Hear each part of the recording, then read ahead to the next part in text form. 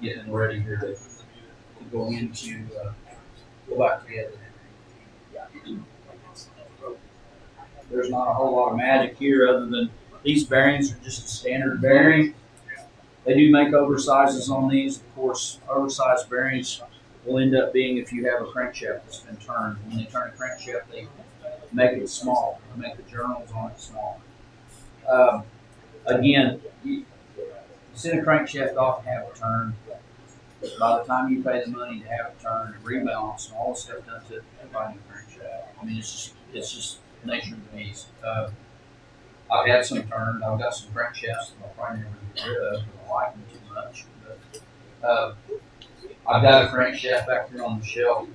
If I get time, I'll show you guys. It's called an SPG roller crank. They were built. I think the first ones come out maybe in the late 50s, and they put them in the 350s and 450s. And then somebody got the wild idea to try to put them in the boat motor, and they did. But there was a problem. Those cranks did not like to be ran under 1,000 RPM. They wouldn't oil. So they figured that out, but there's been some modifications. I had the chance. I ran across this crankshaft. It's got problems. And I thought, one of these days I'll love building into that roller crank, just to see what it will do, see how much less rotating friction it will have. And I've looked into it. I mean, literally, it's like instant. Finding pieces for that crankshaft is like instant. I'm missing, I think, one rod for it. And then, of course, when you take that crankshaft apart, it's all crusted together. So you have to line it up. And if any of you guys have ever done any two-stroke motorcycle stuff, two-stroke motorcycle stuff, that's how the crankshafts come apart. And those are pressed together. And when you put one of those back together, when you change the rod, you have to make sure those halves are perfectly concentric, or they won't run very well. They'll come apart. So, same thing with that crankshaft. And that's a whole nother ball of wax right there. So, but I've got it. I keep thinking maybe one of these days I'll just make a lamp out of it or something.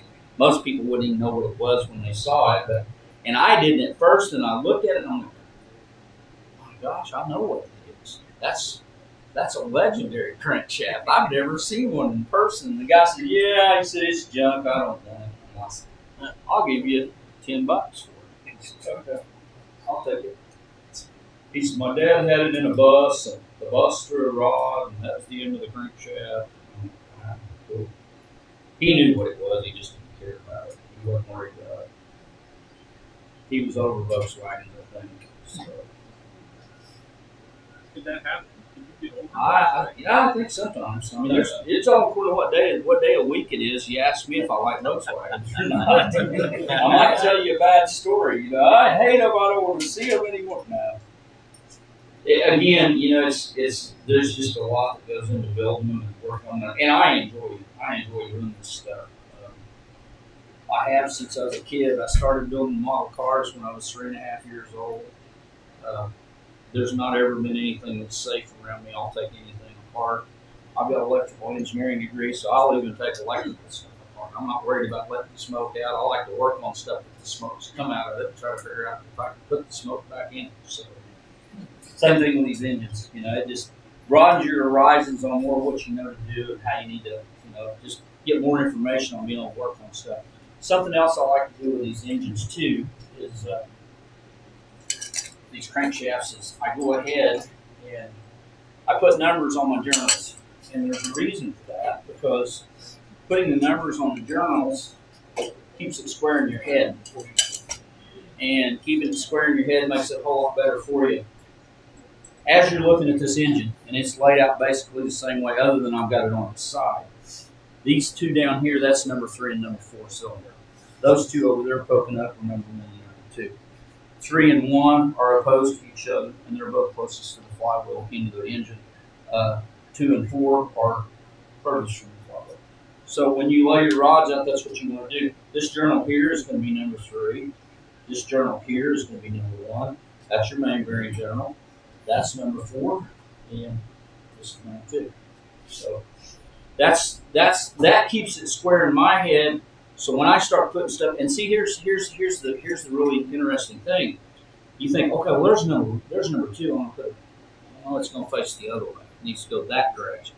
So if I put this rod on over here, and call it number 2, and I've got my notch up. But when it goes back around to where it's supposed to poke, it's upside down now. So you got to keep that square in your head when you're putting this stuff together. That's how I do it. I put numbers on stuff and it keeps it square in my head. So, but anyway. That's that part of it. And you're never gonna hurt it to put oil on. You put all kinds of oil on, it's not hurt anything. You're not damaging anything by doing that. So.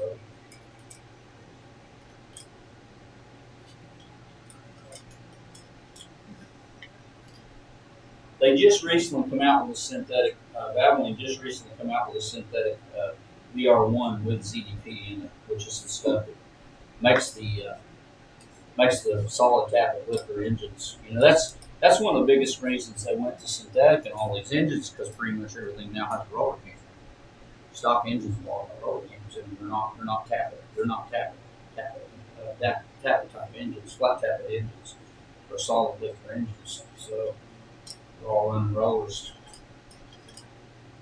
But anyway, get those greased up.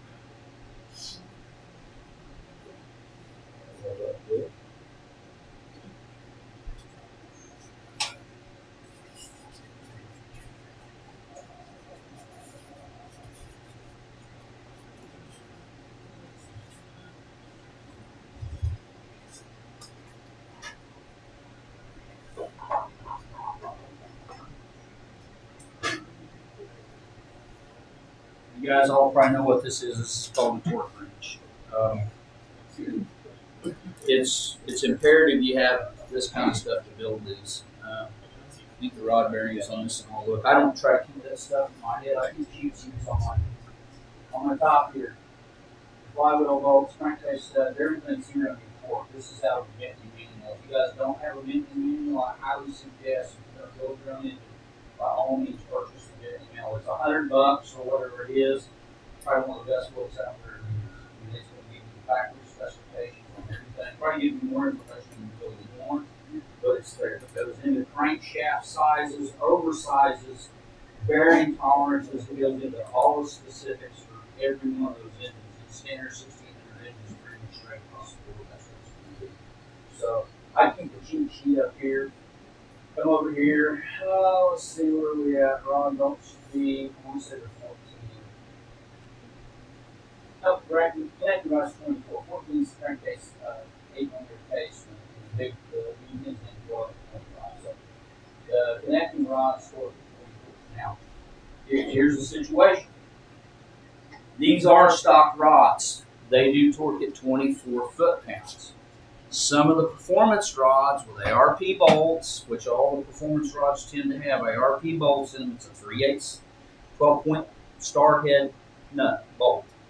They torque at anywhere, it just depends on which ones and which brand you get. They could be 18, they could be 36 foot-pounds. And they tell you there's a specific way to pull them down. I normally follow those instructions. It just keeps you in better shape. The stock rods torque at 24 foot-pounds. So, and again, having a good torque wrench, and it doesn't have to be snap-on. I will say this about snap-on. In 40-something years of mechanic, I've never had a snap-on tool let me down. I have broke snap-on tools, and I've damaged them because I was doing stuff with them I shouldn't. But I've had pretty good luck with snap-on tools. They're way overpriced, don't get me wrong.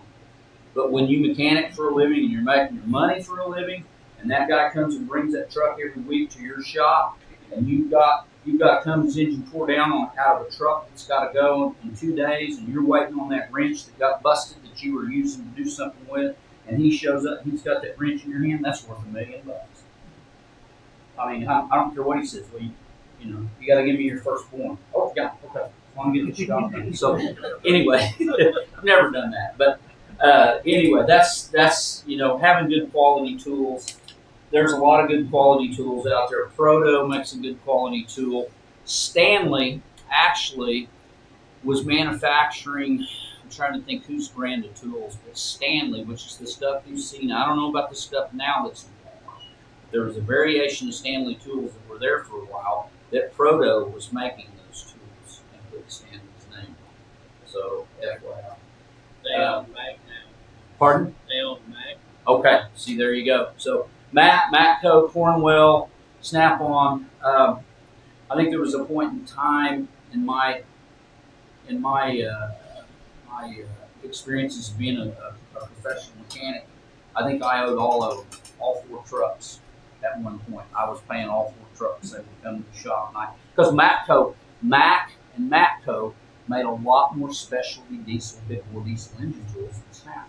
So that's the Mac guy and the Matco guy to get the money from that, and then the other stuff would just be whatever. But, anyway, just a little quick story there. Okay, same thing with these rods. There's no particular specific place they need to go, but I just start off. Okay, there's number 3. There's number 1, and if you notice, you see what I'm doing here? Notch is up, tangs are down, number 1's up here. Well, there's 3 visual identifiers, and I'm going to flip that rod upside down by accident and get it in the engine rod. So that's me. It's something I do, but I highly recommend it. It's something you should do. So same thing with number 3 here. Number 3 is labeled. It's labeled in a way that if it's installed correctly in the engine, I'm going to be able to read number 3 on it. I don't have to worry about the rest of it. I know I've got it in there that right direction by seeing my number 3. So there you go. Same thing. Bearing tangs are down. You can see the bearing tangs on this rod. I've got the cap on there. The bearing tangs are down on that rod. So that's just what I do. I go down here and label, and then number 4 is going to be my next one. Number 4 is going to face this way. So number 4 on there. Boom. Bearing tangs down.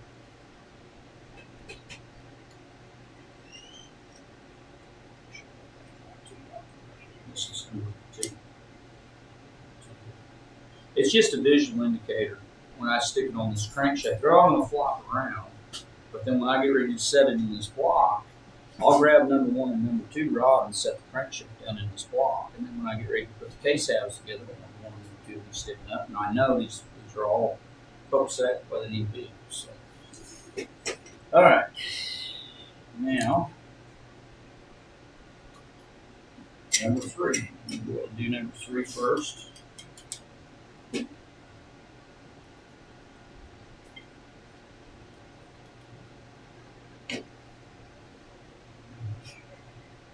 Bearing tangs down.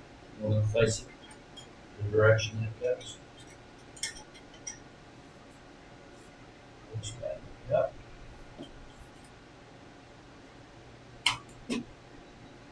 And I'm kind of weird about stuff too. Those nuts were installed on those rods. The side that touched the rod, that's the way I put them back.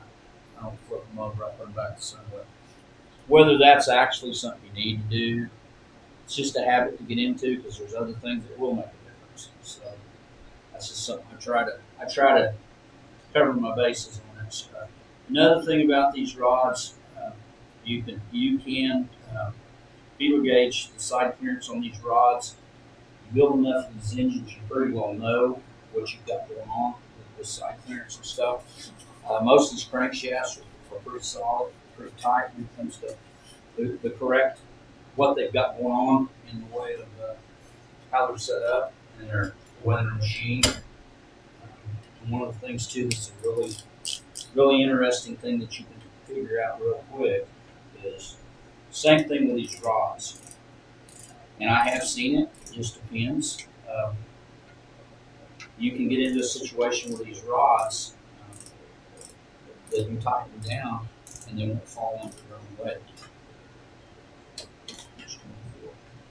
Okay. If they don't fall under their own weight, that's not falling, is it? Okay. Oh, it did fall, didn't it? Okay. Something else you're supposed to do once you torque these, that releases the tension of that tap. If it's twisted, tweak just a little bit. That light tap is going to release the tension on that cap and allow that bearing. See what that's doing? You put one of these crankshafts together and those rods don't do that. Back up. Unhook the horse from the buggy. You got something going on. You need to double check it. So there you go. And then your side to side clearance. I want to say I can't remember the exact number on it, but it's like probably 38 to 42,000. I think is what your side clearance is acceptable. I believe. I can't remember for sure, but anyway, that's what the books are for.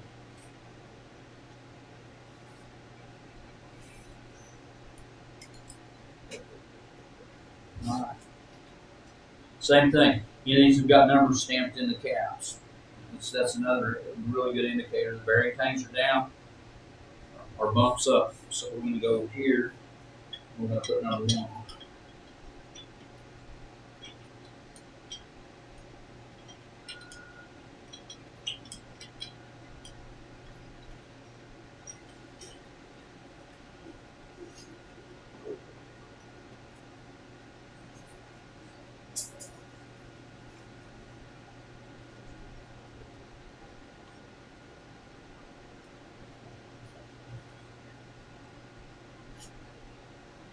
And guys, I've never been able to, and I really try all the time because I've been doing this for a lot of years and my hands have really taken a lot of abuse. There isn't any finger on either one of my hands that's not been cut really bad, smashed, crushed. And I see all these guys wearing gloves. I try to do that. I try to be a glove guy, but I can't. I just, every time I go to work, I mean, if I'm packing CV joints, oh, buddy, I've got my gloves on because I hate that grease. Those CV joints, it's nasty. But anyway, anything else like this, I just can't. I can't not be able to feel it, and it's hard for me to get used to the gloves. So I've never wore gloves all the time I'm a mechanic. Now I think everybody does. So just according to what you're used to.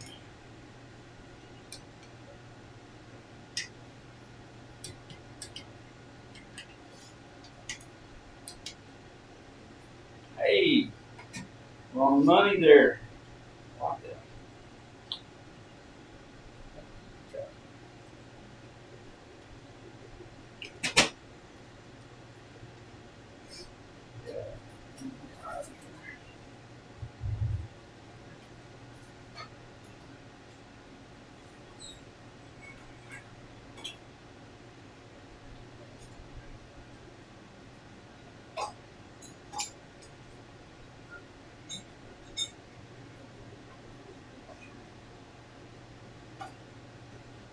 All right. Okay.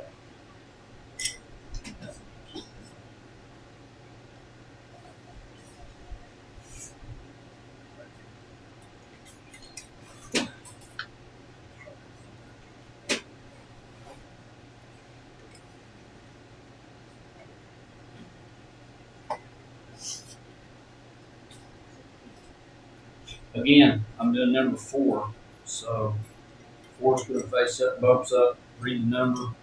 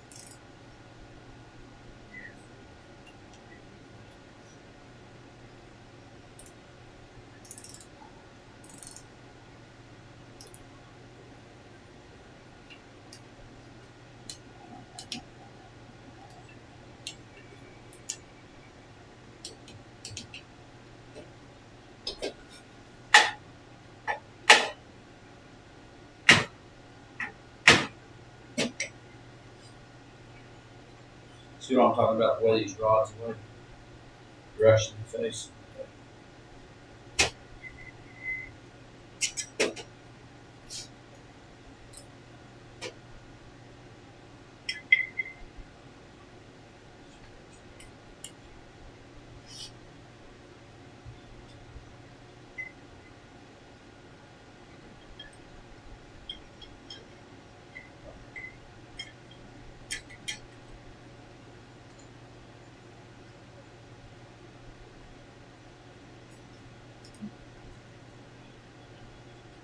Now your factory rods, they'll have staking pins or a place on the nut to stake them down into the rod cap. That'll keep them from backing off.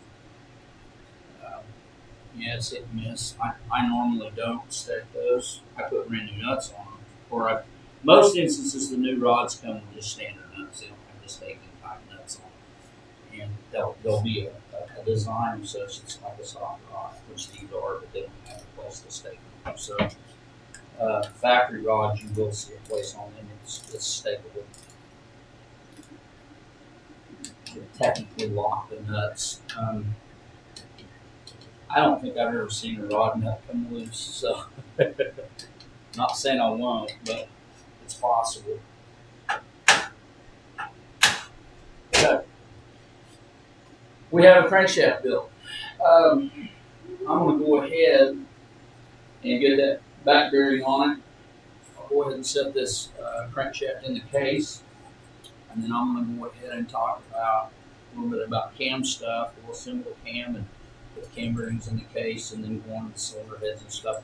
Again, I'm not going to get one built before we can run it today. It's not feasibly possible to do that in this short period of time, but it does take time to build this stuff. And a lot of times, if you do that, you're pushing. You might forget something. So, and it can happen. It can happen to anybody. And it's a customer's engine. I don't want to have to spend extra money on it because I forgot something or forget something. But anyway, tell you what we can do right now. Let's go ahead. If you guys have any questions, let's keep it to a pretty short time frame because I want to go ahead and move forward and get some more covered. If you guys have got any questions in regards to what we've covered so far, I'll try to answer them. We can talk about them if you like. If anybody has any, if you don't, we'll just keep rocking on. We'll keep moving forward. Anybody got any questions? Anybody have anything they want to ask? Discuss, anything like that? I got a question. Yeah. Original German versus aftermarket or later Brazilian Mexican stuff. Is there anything that when you build these motors you like original NOS German? Well, I mean, it's almost impossible to find original German stuff. You can find some of it. I've actually got some single or even NOS cases over in the other building. I've actually got 12 of them. They're German single cases. They're 1200s. 1300 inches, they're not 1600 inches. So, I don't know, the rods, I've got a ton of huge rods that I slowly work through. If somebody wants German NOS rods, soft rods that I've reconditioned, I recondition them, put new issues in, check the rates and all that. I've got all the factory jigs that they use in the factory units. I had the option. To answer your question, it just depends. I mean, there's not a lot of NOS out there. I mean, there's a lot of really good replicated NOS stuff, but there's just not a lot. And if you do find it, it's used. So there again, that's one situation you get into. If you get a crank that's used, most instances, a used crank, a used German crank is going to have to turn it. And there you go. You're this situation. I don't know. I mean, to me personally, there's some of the new stuff that's really superior to the old stuff. So it just depends. I mean, a lot of people talk about these high flow oil pumps, and the 30 millimeter gears instead of 26. All this stuff that goes on that people talk about. Do you really need it? Probably not. Volkswagen was pretty sharp at being able to design the engine and run what it's supposed to with the parts that were in it originally. Again, you get into a situation you start putting higher volume output oil pumps. If you don't have a system that's going to keep up with that flow rate, which i.e. full flow case, run it out to a cooler and a filter and back, there's probably not any reason to put a 36 millimeter pump on the engine, or 34 millimeter pump on the engine, because what you're going to run into is a low pressure situation. Anyway, just that little bit. But no, I mean it's a toss up. There is no original. There's no new original German magnesium cases. Only things out there to use. The magnesium cases we get back from Brazil, but they're manufactured. They're really close to what the factory cases were. I like them better than these aluminum cases for the simple fact that I get one of these aluminum cases, I don't know what I've got until I start putting jugs and pistons on it, and I go, oh, I got to cut the cylinders down to get my deck height. So, and it can be on stock engine. Granted, you can put longer rods in it, but then now you're going into a whole other situation. You know? So, but yeah, to answer that question, I mean, it's some stuff I like in LS. I mean, if you can still find used German crank gears, they're superior to anything else out there. So, and I have a drawer full of used German crank gears that are nothing wrong with them. You know, they come off engines that I tore down over the years, nothing wrong with them. So, and I already used them in heartbeat. So it just really depends. You know, in most instances, there is no German heads floating around out there anymore. I mean, unless they've been rebuilt or refurbished, remanufactured, and then probably most likely those are not even the Brazilian heads that's came in from Brazil or casting out there. Because all that stuff that moved it, Volkswagen was still building Volkswagen in Brazil for quite some time, and a lot of that manufacturing is still stays in operation down there for the aftermarket parts. I mean the factory parts. So, but yeah, I mean that's kind of that's where I'm at. There's some stuff, yeah, that's a preference. If you can find good used German flywheels, oh, they're superior to anything out there. I mean, they really are. You can tell by the difference. You hit one with a hammer and listen to the tone of it. It's just weird, but it's true. You tap them with a hammer, and they'll ring for an hour. You take one of these new flywheels, it might ring 10 seconds, you know. It's just the difference in the quality of the material in the manufacturer. So, anybody else? Anybody else getting other questions? Questions? Anybody? Yes.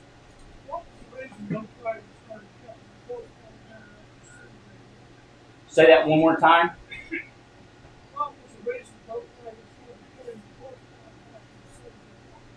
You know, I don't know, other than probably emissions. Probably, you know, it's like everybody else. They, you know, they were kind of the leaders in a lot of things. People don't realize Volkswagen had a fuel-injected car in like '64, an actual fuel-injected engine in the car in '64.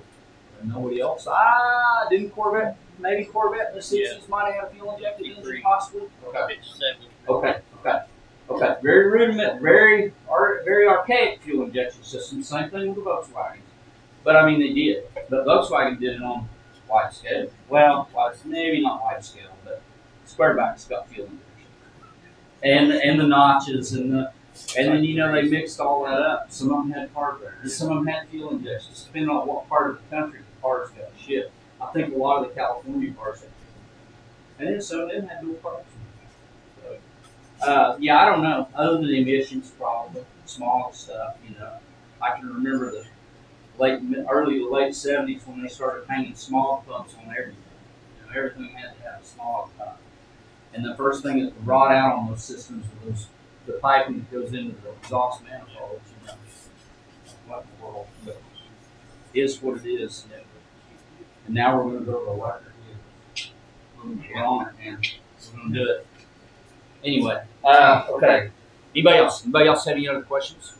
Any questions? No, nobody's going to be, I'll answer it. I mean, if you got an oil quake, that's one of the biggest things I see. Everybody asks about oil. Well, what kind of oil? And they'll get in a forum, and people go berserk over that. There's one oil I will not run, I'll never run. When I was about 4 years into being a professional mechanic, I was working commission. I tore an engine down, and the entire lifter valley looked like a rock. And I know this engine because I knew the people that owned the car. They drove the vehicle. They had the oil changed on it every 3,000 miles. Guess what kind of oil was in that engine? Pennzoil. Pennzoil. And I'm sorry, to this day, I will not. Somebody says, "Oh, let chassis." I don't care what they do to it. I won't run it. I won't even pour it out on the ground. I just won't do it. Granted, they're probably changed, but again, that's one oil. But yeah, people get into that. Here, you know, in Oklahoma, 2050, 1030, 1040, probably 1040. I mean, you could run straight 40 weight probably in Oklahoma and be okay. 30 weight might be okay too. I think factory Volkswagen said like 30 weight was the standard. Of course, they also said that you know the oil light doesn't come on until 2 psi. It's okay if it flickers occasionally. You're like, yeah, no, I don't like that. But you get one of these engines, especially the earlier engines, when they got a little bit of wear on them, when they would slow down, they wouldn't have as much oil pressure.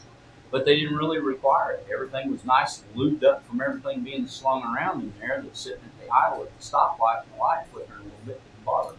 But I think what comes on about 2.5, 3 psi or something like that. It's never a good thing to see that when you got one of these big engines built and you're like, wait a minute, light's coming on. Of course, most instances you're going to have a pressure case. You're worried about light, but lights still work pretty good, you know. So they don't tell you exactly what oil pressure is. If that light comes on, you know you've got a problem somewhere. So is there any difference between the thinner and thicker? Difference between the oil? Well, the big difference here, I mean, you guys are in Texas, but it still cools off a little bit down there. My biggest thing, I run 2050 in everything I've got, and I've got a couple of engines that are very specific. I've got to let them warm up, or I'll blow a cooler off them, blow an oil filter off them. It's just because they're producing so much oil pressure at a colder temperature. That's the only thing you get into with the 2050. It's supposed to change weights, you know, as the temperatures change, and it does to an extent. The oil thins out to an extent, but the biggest thing is, like I say, it's really where you want to run in one, as long as you don't run something too thin. You know, and if you got a performance engine, you're going to drive it a lot. It's going to see a lot of heat. Heavier weight oil, you're a lot better off. You tend to get a little bit more lubricating properties out of it as well too. So, yeah, for that answer, I mean, you can get into that oil and it can go for days. You know, people, you get on those forums and see all that crazy stuff about oil, and I don't even get into the mess with it. When you put the sugar in, close the case or You know, I'll put the drive in before I shut the case up to check things. But then again, it's best to see the fit before you put the case halves together. But you've got 2 washers under there that you got to keep captured. And if that drive comes out, that's the other thing you get into too. I'll probably kind of talk about that. I don't know that I'll actually do that today or drop a distributor in, but it's a half a dozen one or the other. I like to see personally how the distributor drive is going to mesh in with the crankshaft and stuff before I put the cases together. And then once I do that, I take it back out, finish putting the engine together, twist it up, do everything on the top side of the engine, which includes setting the timing, putting the drive gear in, and dropping the distributor. So I do that. That's kind of one of my last things. The top side of the engine is probably the last thing I do on the builds. And once it goes to there, I don't turn it back up again. It's kind of a clockwork thing. It's the way I work through it. Like right now, I'm sitting here. It'll sit in this position until I get the case halves done. Then I'll flip it up, work on the bottom side. I'll do the pressure relief valves, pressure springs, the seals, the plugs, do the bottom end, the screens, oil screen, the pickup tube cover, all that stuff will go next. I'll mark all that, check all that, make sure I've got it set. Then I'll flip the engine up and start doing it. Usually that's what I do is I close the bottom of the engine up first. As you can see this one here, and then I move to put the pistons and cylinders on that. That's how I kind of do that. Because then I know that end of the engine's buttoned up. I don't have to touch it. I don't have to go back into it anymore. I don't have to do this. I've got my pistons in. I've got my stuff done. Same thing will fit the oil pump hole nuts. That's another important thing on these engines. You get the good quality pumps, the Shed pump, whatever pump you decide to use. You always want to get that thing put together. You want to set that pump in there before you ever put the case together to see what your clearance and your fit is on the cam and the cam gear, because some of these cams, some of the pumps are made different just enough that they're going to rub the cam. You put that all together, button it up, you're not going to know it until it starts to come apart, and you won't see that. But sometimes they'll go in there, and you might have just have happened to got it in there in the right place where none of the bolts are interfering with it, and you start turning the engine over, it's interfering. And that bottom gear in that oil pump, it's got a hardened shaft. And that hardened shaft's going to tear the dickens out of the cam. It's not going to hurt that shaft. It's going to tear the dickens out of the cam. That's going to be what's going to take the heat up. I've seen it happen. I've seen people bring an engine into me and say, "Oh, I got a problem with the pump, or it's got an issue with something to pull apart." And so I had it built, and opened it up, and see the oil pump's chewed up, and cam gear's chewed up, and I'm like, somebody can check this. And there are 2 different variations of cams. You have the dish cam and the flat cam. The dish cam's in the later model engine, which why they went with a dish cam, I don't know. I can't tell you. I've not really studied up on the differences between the 2. predominantly all I ever use is flat cam in my engines. Dish cam will probably give you more clearance maybe in the front of there. That's probably another reason maybe. I never have any clearance issues with these engines when I put them together because I check that stuff. I use the lower profile bolts and the cam viewers and stuff like that. So it's just again clearance issues is what I think is the biggest thing that with the cam viewers. But that hopefully that answers your question on that. It's kind of one of those things, personal preference, but I do like to see out meshes in there before I get the cases. So, and there can be some situations with these new cases that can be an issue. There might be it might feel a little too tight, or it might not fit in there quite right, and you jam it in there and put it all together. You're not going to know that until after you start the engine and you have a problem. You know, tear up maybe not so much tear up a brass gear on your crankshaft. And guess what? You got to take that engine all the way back apart, split the cases, and that whole problem. Pull all that stuff down, tear the cam gear, tear the crank gear, pull the shiver drive gear off. All that stuff has to happen, and then you're back to square one. So, yeah, to answer your question, it just depends. I mean, most of the time I'll fit it in there before I even drop a cam, and I'll put the crankshaft in, and I'll put the drive in to see. And then I take it back out because I don't want the washers falling down in the engine until I get ready to put that together. Same thing with a fuel pump stand.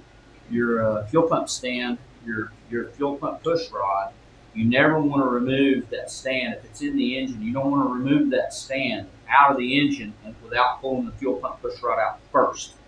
Because if you pull that stand off and you don't pull that rod out, chances are the rod's going down to the engine. You can get it out sometimes, or you're going to pull the engine, split the cases into that. So it's little stuff like that they don't really tell you. That it'd be a real simple mistake. Well, I'm going to go ahead and change my fuel pump, and I'm going to change that stuff too. Put a new, phenolic stand on there, a new push rod in. You pull that stand off, and boop, rod. There you go. So, anybody else? Any other questions? Anybody? Any other questions? All right. Well, I'll go ahead and move forward. I think what I'm going to do is we'll go ahead and I will get the main thrust bearing on the back of this crankshaft, and then we'll go ahead and set this cam in the case. I'm going to show you what I'm talking about, these bearings and stuff, and how picky they are about lining up and getting on the dowel pins and stuff like that.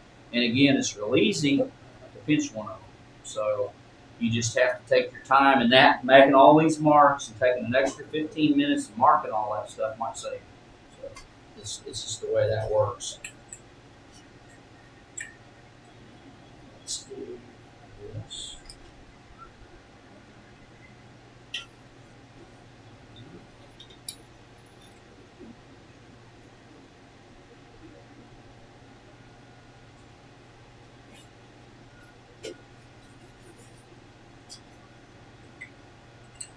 You get all these rods and stuff on one of these crankshafts, they get heavy, and you really have to hang on to them. If you drop one of them, you can break.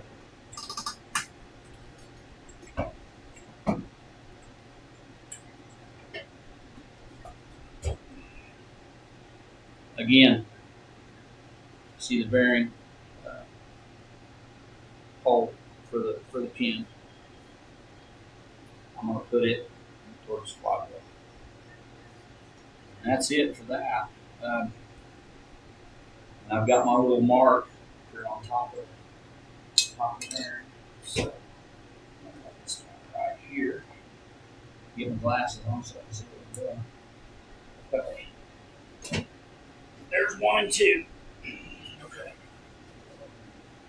As this goes into the case, you're going to see what I'm talking about, how crazy it can get. And, doing it one-handed,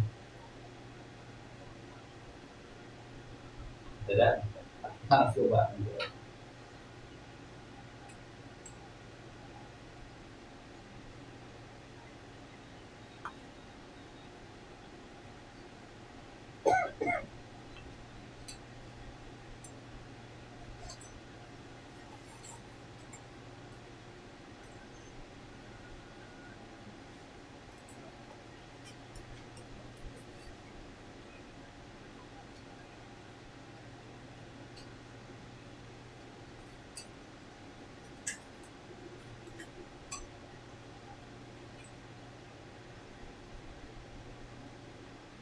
And also, when you get this in there and it's right, you can turn it.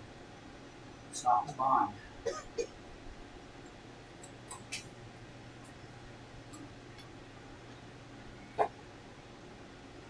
Ah, you see that? You see it just give? Look there. And you should be able to see all that end plate right there? We'll take that out when we put a flywheel on it and shims. So now you know all those bearings are in place. And if you look down your lines here, all the areas, they're here. They're set. Everything's in place. It's real easy for one of those to get out. And it's real easy to put that case together and pinch it together. And you've got a locked up crankshaft and pinch bearings. I used to keep some of those bearings. I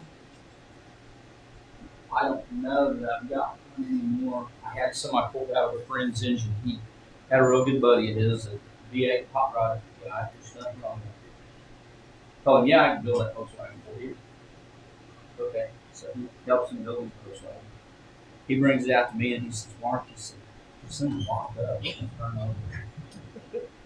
I said, well, you pinched the bearings. What does that mean? I said, we got to pull the engine. He said, oh, no. I said, yeah, we can pull the engine. And it's easy to do. I've gotten hurried before, and I've pinched bearings myself. And usually I catch it before I even get it past the state. I know it. I've done it. And you can see it and can tell it real easy and real quickly when you do it. But everything else, when it's all in there and it's right, everything sits in there, and you can kind of see that crankshaft settle. When those bearings did line up, it just kind of settled into place there when it dropped in. So, but anyway, anybody got any other questions? We'll go ahead and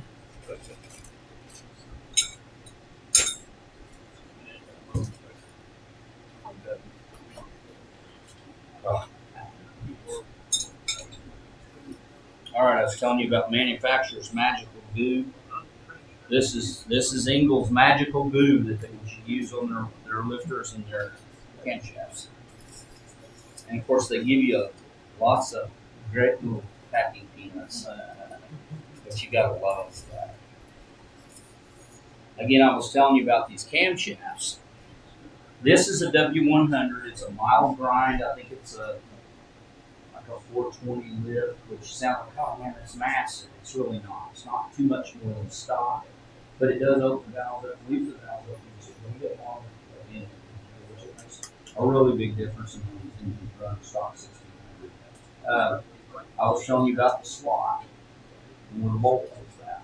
We were discussing that earlier, and I told you that this will go on there. It'll go on there. Those holes will line up any which way you want to put them on there. It will. They'll tighten down. And it doesn't care. It'll let you do that if you want to. It's just when you put it in the car, things aren't going to work so well. But the thing you got to remember, and it'll only go, if you see, I've tried to line it up there. It's not lining up. Well, then maybe I need to turn it down here to this other end of the line. Look at that. There it is. But literally, you can't put this gear on there anyway. It's just there's only one way that it goes on that's right. So, there you go. Okay. I gotta get some bolts for that. Do that. On the block. Back here. I think I've got some. I think I've got some right over here. Slide that out right fast.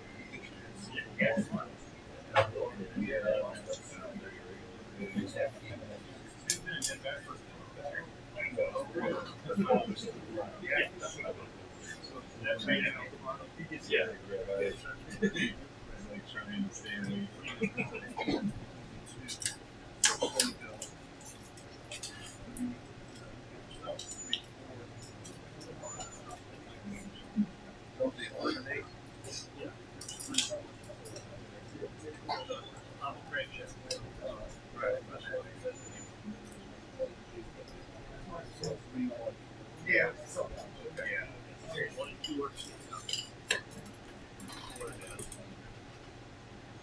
Okay, so I pretty much got so going that direction.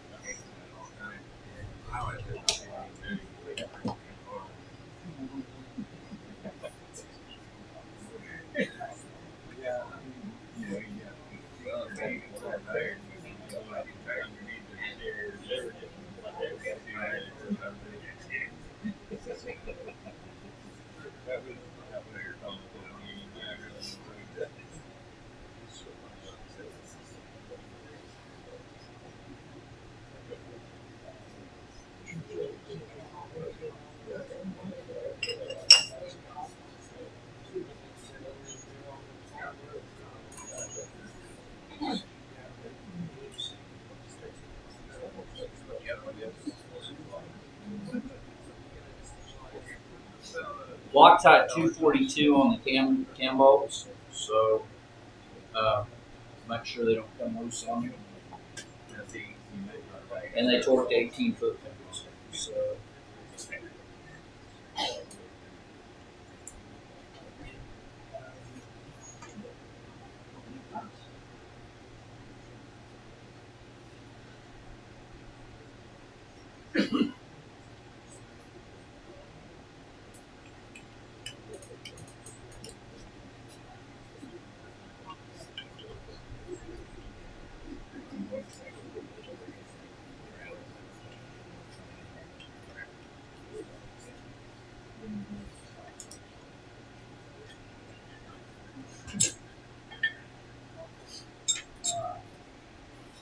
So basically, once we get to this point, what we have to do now is go ahead and get our lifters installed if they're going to fit the way we want them to, which I thought one of them earlier and it didn't feel like I was probably going to do the work in this case. So, and I don't want to tie up a ton of time doing that. So, what we can do is move forward and start talking about cylinder heads, stuff like that. But I'll probably do like that. Like that. That's good.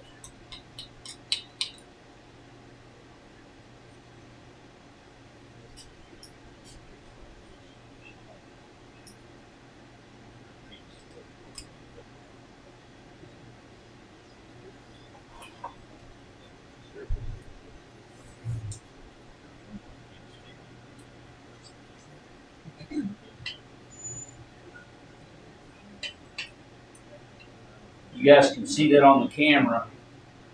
You see that lifter falling under its own weight. That's what you want to see. They shouldn't bind in any way. That's probably maybe a half a thousand tolerance, probably around 1,000 tolerance is what that is. If you get any tighter than that, they don't. You're gonna have problems. You're gonna gall your end up galling the lift boards. So, and again, it's something you got to check. I mean, none of this stuff's plug and play. That's why it takes so long to assemble one of these engines. Because if it's done correctly, you're going to spend some time fitting parts. You're. I had a buddy of mine tell me the other day. He said there's two types of guys that build Volkswagen engines. There's master builders, and there's guys that put pieces together. And that's the difference between the two. Uh, there's builders and assemblers. I guess that's the easiest way to say it. There's builders and assemblers. Same way as anything else. Yeah, and I posted something here the other day that a lot of people complain about prices or time, and I get it. I don't have any issues with a lot of that stuff, but the see that there's the sticky. So I'm probably gonna have to wait. There you go. The thing is you can pay for something. Pay for something once, or you pay for something 3 or 4 times. It just really depends on what you want to do. And there are a lot of good engine builders out there.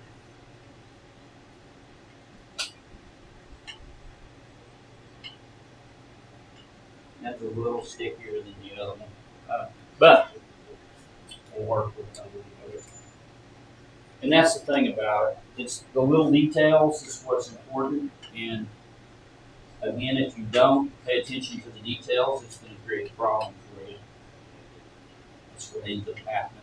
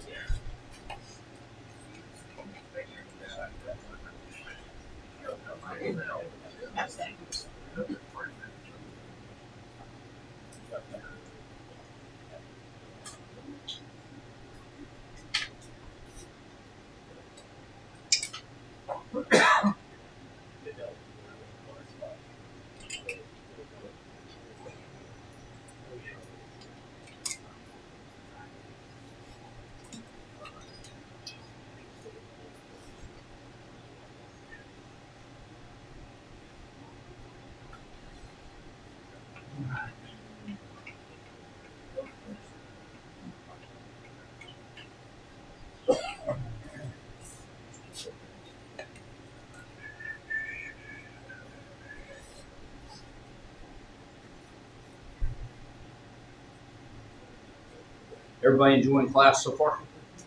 Yes. Good, good.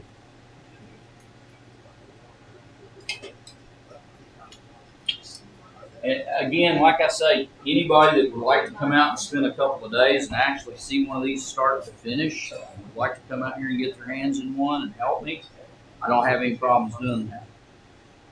I'm hit and miss on scheduling. I've got 2 here I'm building, so these will be in process. That one's going to take a little more time. It's certainly not one I would do in class. So it's just there's too much involved with it to be distracted. And class is not a distraction, but it kind of is because you have to try to do what you can to make it good for everybody. And my wife even knows I can get out here and be building an engine, and she won't bother me. She'll come out and say when you get to a point, that you want to stop. And I do have points. I'll get to a point like this point here. This is an okay point for me to stop, cover the engine back up, and come back to it because I'm at a point where I can stop. I'm not halfway between putting a rod on or assembling. It's pieces. Crankshaft. I got the crankshaft assembled. I could have stopped there, covered the engine up, covered the crankshaft up, and come back another day and work on it. But that's the thing about it. You have to make a decision too as well is where your stopping points are. And that's just personal preference for me and knowing where to stop at. What's easy for me to come back and pick up and remember. When I start torquing stuff on these engines, you see all the red paint. That's a nonstop deal. I don't torque half of it and then quit. I go ahead and get it all torqued together and done, then move on to the next step. So, and really this here, we're about as far as we can go with this one. Other than I got to put the cam bearings in it, get the cam set in there. Once I get the cam set in, get the rest of the bearings put in here. I can get the cam set in it, and then I can look at make sure my oil pump's going to clear camshaft, that kind of stuff can go on. So we can certainly do that. I don't know that I'm going to try to close that case up today. What time are we at? We're at what, 1 o'clock? We at 1? Okay. All right. We might be able to close the case up, but I do have some other things I want to cover, and I've covered as much as I can on this per se at this point. And a lot of this is just assembling and putting the case halves together and stuff. So I think probably what I'm going to do is I'm going to stop here and move on to cylinder heads, pistons, and that stuff, because you kind of have the gist of this. I've covered some really key points in putting this crankshaft in. The rest of the stuff goes together pretty simple, pretty easily. But again, there's some other things you do, torquing the case and stuff like that. I will talk about. I'll go and get that cam set in there and go ahead and do the. Go ahead and get that taken care of as well on the cam, so we can kind of see about how that stuff fits, how it goes together in the engine case.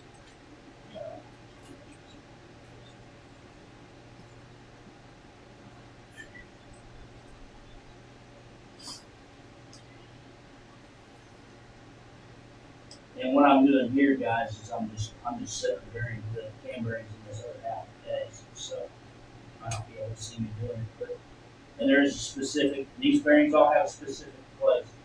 There are 3 basic size bearings here. You've got a double thrust that goes at the front of the case on this side of the engine case, which would be your driver's side of the engine case. It gets the double thrust. Then you have the next bearing and this next bearing. This middle bearing is a little wider bearing as well. And then you have your thinner bearing, which goes at the back. And then you have a cam plug that goes in the back of this, which I'm not going to put the cam plug in and put the case together. We'll go ahead and drop the cam in there, and you can kind of see clearances and stuff for that. Talk about the oil pump and how the oil pump fits inside there in the case and stuff. Oh, and also the other thing it's really interesting. You build enough of these. See, I'm at top dead center number 1 cylinder right there. I wonder how I ended up that way. I don't know, because that's how I do it. Okay. Well, if you look here, which I'm going to have to get a flashlight because I did not mark that crank gear. So I'm going to get a flashlight right quick. And let's rest some of the marks. 2 notches on there.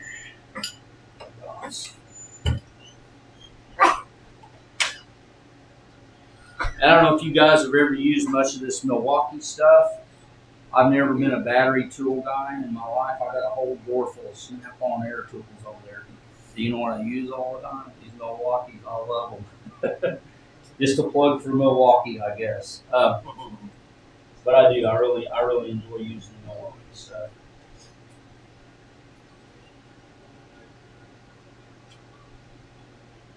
All right.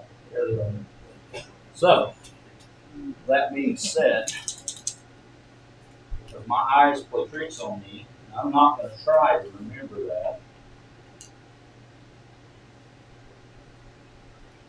Now I know where the cam's at. Oh, something else too. The older you get, the easier it is to nick your fingers. I just did that on that distributor drive gear, and they're very sharp. So that's something else to kind of pay attention to and keep an eye on. Those flywheels are extremely sharp. There's just little things. I mean, I'm not in pain or anything, guys. I'm not going to have to go to the hospital or anything. But anyway, I just tell them you got to be careful around that stuff because it will cut you. And you know, world's worst. I get back there at the mill. I'm very safe. I wear safety glasses, all those things.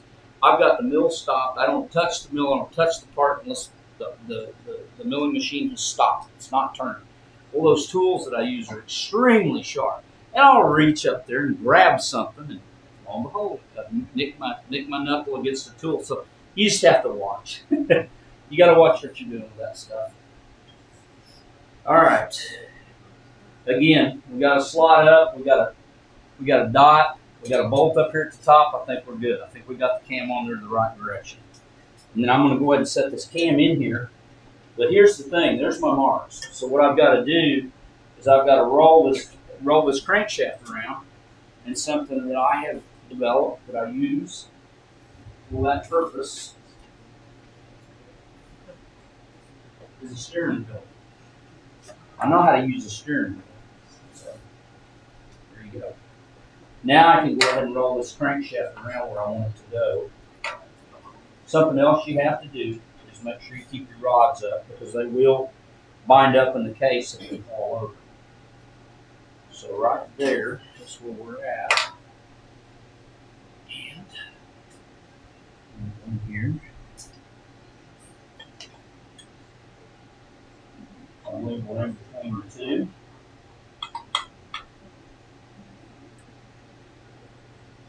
You can't see this play, but there's play in this cam.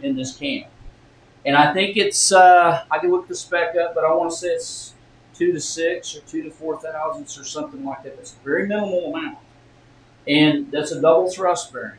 So everybody says, well, what if it's too tight? You got to take that bearing out and slide just a little bit of that material off one face of the thrust, not both faces, just one face, and that'll allow it to move just a little bit. But that's a half thrust. It's not a full thrust. It's only half. It only sees thrust on half that half. That's it. So I've never had to take and sky one on both sides. If I sky one on both sides, you don't have to throw the bearing in the trash because it went too far. So, and then you'll have some backlash too. You'll have some gear backlash as well. Depends on what number. They talk about these cam gears being a plus or a minus or whatever. You see, this one's trying to walk out of the case on me just a little bit. So that's another thing you got to look at too on these is just that. But that's pretty good. So we're actually in time right there. I even sometimes go as far as taking a picture of that. So if I'm out here and I stop and 4 days later I come out and I go, did I remember the time yet? Yeah, there's my picture. I did. I'm getting old. So. But anyway, okay. Back to oil pumps. We're going to talk about oil pumps real quick and fitting these pumps.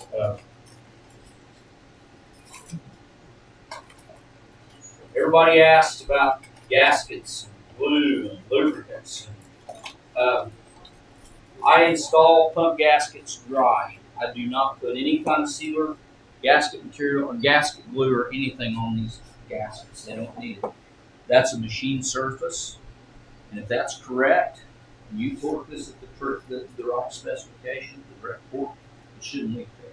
There's something's wrong with this leaking there. The other thing is too, when you put these case halves together, these two bolts, and this bolt, you don't torque. You torque everything else. And the reason why? That's an interference fit pump. If you torque those down, you're not going to get that pump in the case. It's going to be a lot harder to get it in the case.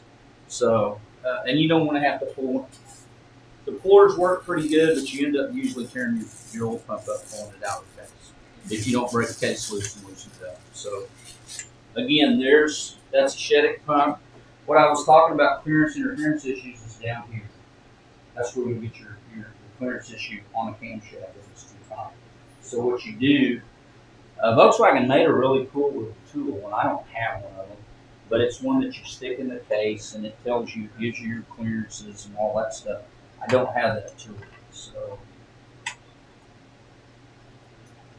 I've got a lot of specialty factory Volkswagen tools, but that's one I don't have. All right, there you go. So now, I don't know that we're going to be able to see it. And I can tell you right now that we are going to have an interference issue with those heads and those bolts. I can see it. I don't even have to turn it over.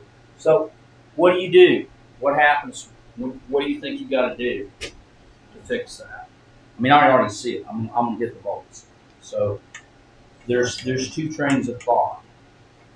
Well, there's really only one train of thought. Either get some narrower bolts, but if you've already torqued everything down, you'll take the bolts back out and you machine the heads off the bolts and machine the bolts down.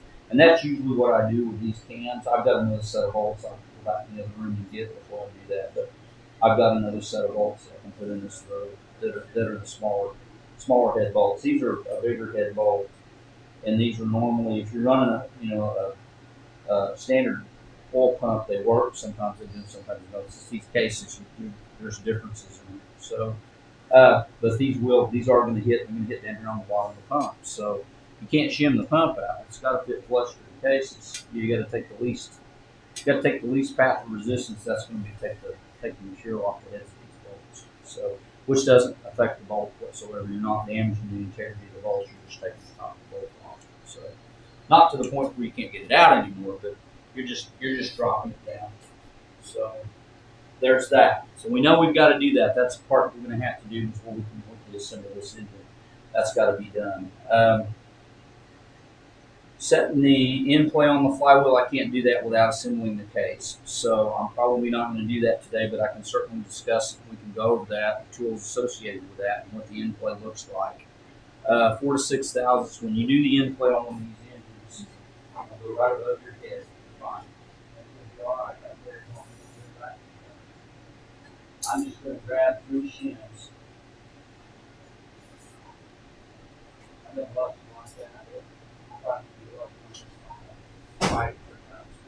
It sometimes can take 30 minutes to an hour to set in play. These 3 shims is what gives you your crankshaft clearance. Okay, that's like 200 thousandths there. That's a no-go. That's unacceptable. You put an engine together and you've got it at this stage, and you have no like this now. Something's wrong. Stop there. Don't go any further because you've got an issue with what you've done so far. Who knows? It could be a pinch bearing, could be any of those things. So the big thing is once you know that, you got that play, well, these 3 shims are going to set against the face of that thrust bearing. And when they go in there, that's going to determine how far in that crankshaft, that flywheel goes in to meet these shims. And again, 3 to 6 thousandths, 4 is optimal. I usually set them at 4. So you stack your shims. You can assemble it together. A lot of times, what I'll do is I'll button up the flywheel to the engine, torque it down, 240, 260 foot-pounds. I'll check and see what the end play is. Just that. When you do it, there's an O-ring in the flywheel. You do not put the O-ring in the flywheel until you're finished. You do not put the seal in the case until you're finished, because you may have to take that flywheel off up to half a dozen times. I don't know. It's possible. But it's kind of like a deal. You get in there and you put it together and you kind of see what you're, say if you've got 40 thousandths, 30 thousandths, 40 thousandths play, whatever the case may be, 15 thousandths play, you take half of that number and that's what you shim to. And then you got to remember, okay, I want to try to end up at 4 thousandths. So you shim to try to achieve that 4 thousandths. And then once you do that, you'll tighten it all up, you'll torque it down, and you're not putting anything in it. You're not putting the sealant, you're not putting the rubber, you're not putting the O-ring in the inside of the flywheel. Just the shims and the flywheel on the crankshaft. Tighten it all up, you take your measurement. If it's off, then you pull back apart, split it all together, and change the shim out. That's just what you do until you get it shimmed the way you want it. I've known guys, I've never done it, I've never had that luck with it. I have kind of an issue of doing it that way. I've seen guys take these crankshafts, put them on a flywheel without them being in the case, and set their end play. I don't like that idea. The case it's one of those wild denominators. You don't know what you're getting here. So you might shim it, and you may have it set. Realistically, that should be okay to shim one on the bench without it being in the case. But is that how it's going to run in the car? No, it's not. It's going to run in the vehicle with it all put together. The case has it simple. So it's best, that's how I always do it. I just go ahead and shim them once I get the case put together. I know whenever it leaves. That engine over there, you can look, it's got 4 thousandths written on the flywheel. That's what that is shimmed to. It's set at 4 thousandths in play. I'll show you that. We'll walk over there and do that so you guys can see that process. But that's what it is. It's 3 shims. The earlier ones take a different shim under the flywheel. Again, you put the flywheel on the engine and you have no play, there's something wrong. You need to back up and see what's going on, because there should be, and it shouldn't take any more than 3 shims. Should be 3 shims, period. Might be 2 32s and 128, or it might be 3 28s. I mean, it's a gambit. It's one of those things you don't really know for sure till you do it. But that's the thing. And then these shims are not cheap, and they don't sell them cheap. I think I've got 10,000 of these shims in every size. So There's like five, six sizes of these shims. Well, you build these enough. This is something they don't send you in an engine kit most of the time. They don't send you shims, and you put that engine kit and think, well, I got it all together, right? What's wrong? Missing shims. So another thing, that's just a little tidbit of information. I'm going to move over there and I'll set the dial indicator up on that engine so you guys can see what I'm talking about on shimming on these engines. We'll talk about the flywheel a little bit. This is a standard 12-pound flywheel. It's heavy. It's a 4-dowel. You can see the O-ring groove, like I was talking about earlier.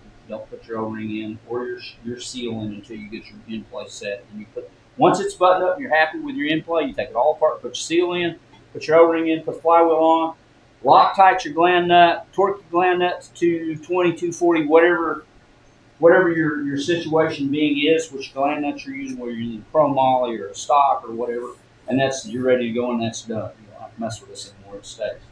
But it does have to come apart a couple of times, so you have to do that. All right, now let's do that it out. Let me see. I'm thinking about it here. Also, cam cards and cams. All the reputable cam guys give you one of these. And what this is this is what your cam is. Goes your valve lift, your duration, and then your lash. 4,000 slash on this cam. Does your specific timing, intake, exhaust opens. You put a degree wheel on this, and you can absolutely see that come into play. And usually, when I get to this point, as you can see, I've got a pulley on the engine, but it's got all the marks on it. So you can verify and check that stuff. Gives you your load centers, exhaust and intake, your gross lift, all those things along this cam card. And that's a W100. This cam is a 420 lift cam with 276 rotation, which is not super rapid. It's got a really nice idle. It doesn't lope around and act stupid and do all kinds of fun crazy stuff. Some people like that. I don't like to lope and doing some stuff. My daily driving now, I want something that's quiet. Just want to sit there and be quiet. Everybody goes, what are you doing in there? It's not moving anymore. It's not moving rapid. Got a W100. 110. The thing about cam lift, that's the other thing I want to discuss too on these cams. You can go to a 110, and you're probably going to cross that line of having to look at the rocker arm geometry and cut push rods. That's coming. That's going to happen. Anything beyond probably a 110 grind, you better believe it. You're going to do rocker arm geometry. You're going to check coil bind on your springs, and all kinds of things that's going to go into that. And all of those things have to be checked. You can't just swap it. It's got to be done. So, again, it takes time to do it. That's why it costs so much money to build a performance engine. I mean, you spend a lot of time on the particular details. I mean, it takes time to build one. But this engine, they always take twice as much labor and time to build a performance engine than it does a stock. Because in most instances, I check cam lift, I check lift, and I check rocker arm geometry on stock engines as well, because of the cases and stuff. And I have, on occasion, have had to cut push rods for one of these engines before. It just depends. Most instances, I can run a stock push rod engine, which obviously we make. Performance engine, always have to put push rods in. And that's a deal breaker. If you don't get that right, the engine's not going to work. It might run well. And I've had people bring me engines that I pulled them apart and they didn't set your rocker on engine. This is not right. They just didn't do it. And you're just kind of surprised. That's just another thing that takes time to do. So, again, a lot of it's not rocket science, but you got to know what you're doing. And you're going to spend, I say $5,500, $5,500 on an complete engine kit. Well, that's not the labor. That's just the engine kit. Let's say you tear it down 3 times and have to replace the case. Well, then you're way out there. So that's the deal that you get into sometimes with trying to do them yourself. Okay. All right, we got that covered. And cam grinds, that's the thing. You can put a huge cam in an engine. If your intake, carburation, and your cylinder heads are not within the specifications of what that cam likes, your engine's not going to run right. I mean, it's just real simple. It's the way it works. They usually only offer a couple of variations on valve sizes on these engines. You either get a big valve head with 40s and 44s in it, or whatever the case may be on the valve size. We'll go ahead and cover that right quickly as we're talking about it, and then we'll go into the in-play. This is a stock 1600 head. It's stock. There's no performance to it. Single valve springs, as you can see. Cut for standard cylinders, 85.5, standard valve size. So this cam works really well with stock head. It will open one up. You go with oversized valves in the head, it will open it up a little bit. These actually run really good with stock heads too. So there's that. These cylinder heads. The other thing you get into, depending on how these are machined, you see this machining area here. Some of them have a step, some of them don't. That all plays into how many cc's of fluid will fit in this specific area of the cylinder. That plays into if you have 10,000 clearance or 100,000 clearance deck height, or what kind of compression ratio you're going to get. Again, it's not plug and play. These cylinders, these may be 56s or 58 cc cylinders. In most instances, they won't tell you what they're at. So you have to CC them, which that means you put a disc in here. I use Marble Mystery Oil because it's got color to it. I have a syringe that's got a measurement of volume on it. And I fill that cylinder, I fill this cavity up until I'm at the bottom of my tool, my plate, and then I look and see how much of that fluid's been used. And usually it's 58, 60, 70, 64, just depends. And then the other thing is, see unit performance engine, you're trying to get to a specific point, and you can't do it by deck height, well, then you got to go in here and do something with the cylinder heads, which usually means you know the size of these heads down to take some more off material off. I've had to do that too to get specific compression. So there's a lot of stuff that can end up, especially on a performance engine. If you get into the bigger engines and stuff, you're going to get into some of that stuff. And if somebody tells you, oh yeah, just stuff, it's going to get it. Probably not. More times out of not, what happens, you get an engine, it runs hot all the time. Can't figure out why. Man, I've got a good cooler, I've got a remote, it still runs hot, it runs hot, runs hot. It's because those things were not done correctly on the engine. And you can't fix that without tearing the engine. I don't care how many coolers you hang on the engine, it's not going to fix it. So, there's some food for thought. Single valve springs, dual valve springs. How many of you guys can run 8,000 RPM? How many of you guys can turn 8? I mean, honestly, how many of you guys going to build a Volkswagen motor going to turn 8,000 RPM? Once a day, once a week, once a year. Dual valve springs are very specifically suited for a performance engine. It's probably going to run around 6,000 to 7,500 RPM most of its life. The reason for that is valve flow. Valve float creates a problem. You have valve float on a tight engine, guess what happens? Pistons and valves get to marry each other. They start kissing each other. That's the reason for dual valve springs. Dual valve springs load the rocker arms up to the point that you have a lot more bind within that system. I've seen guys run dual valve springs. I got a set of heads over here that's got, I think they're 200-pound valve springs in the heads. That's a specific engine. It's designed for that. The rocker arms on that engine are beastly, and they're made for that purpose. I'm not a big fan of dual valve springs in the street. I'm just not. Don't, if you're going to drive it and enjoy it, maybe drag race a little bit from stoplight to stoplight. Single valve springs are cool.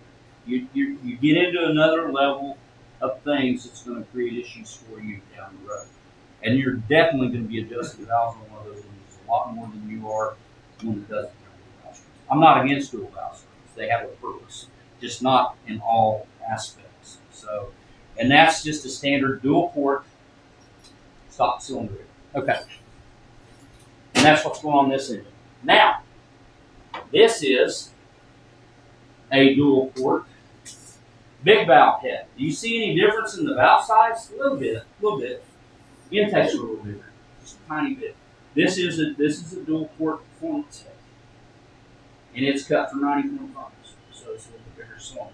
So that, and it's, everything else about it's the same, other than the valve size. And they run a smaller spark plug, long reach, smaller spark plug, also in the short. That fits a 14 millimeter thread, these are 12. So there is a difference there. What? Oh, you want me to turn this one? We can see it? Okay. Okay, yeah. So you guys can see that, but the valves are a little bit bigger in these so are on these heads. So, all right, here we go. Now, for all you old school guys, this is a set of stock. So it's a stock cylinder head, single port, late model single port. These engines, I've big valved these heads before, and the stock performance manifold on them, put a bigger carburetor, kind of a cam. They're torque monsters. They love torque, and that's a single port. My wife's got a torque monster in her bus. It won't run to about 64 mile an hour on the highway, but it will run. When it gets there, it gets there. So, and it's a single port motor, single valve spring. So that's another variation of these heads. All right. Now, let's walk over here. I'm going to grab something, just scoot your chair a little bit. It'll be okay. I'm going right behind you. Okay.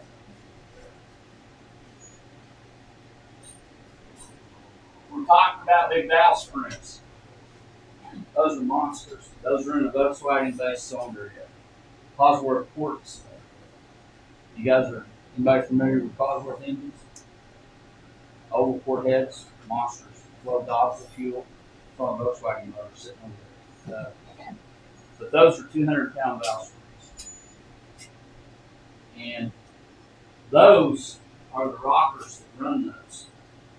They're roller bearing rockers. Needle bearings all the way across. There is nothing that rubs on these other than just bearing needle bearing surface.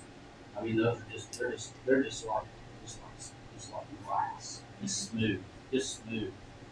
That's an 8,500, 9,000 RPM engine. But again, they have issues with valves on those too. The valves in those heads on those are monstrous valves. I mean, way bigger than those big valves. I've got a big valve head on this. And this is, I think, actually before one now. But they're again, that's not a street engine. That's not a street car engine. That engine's going in a pro stock drag. That's what it's going to go in. So you get into some crazy stuff on those. But a set of these, I mean, if you do Palters, I think what's a set of Palters? $600, $700 for rocker arms?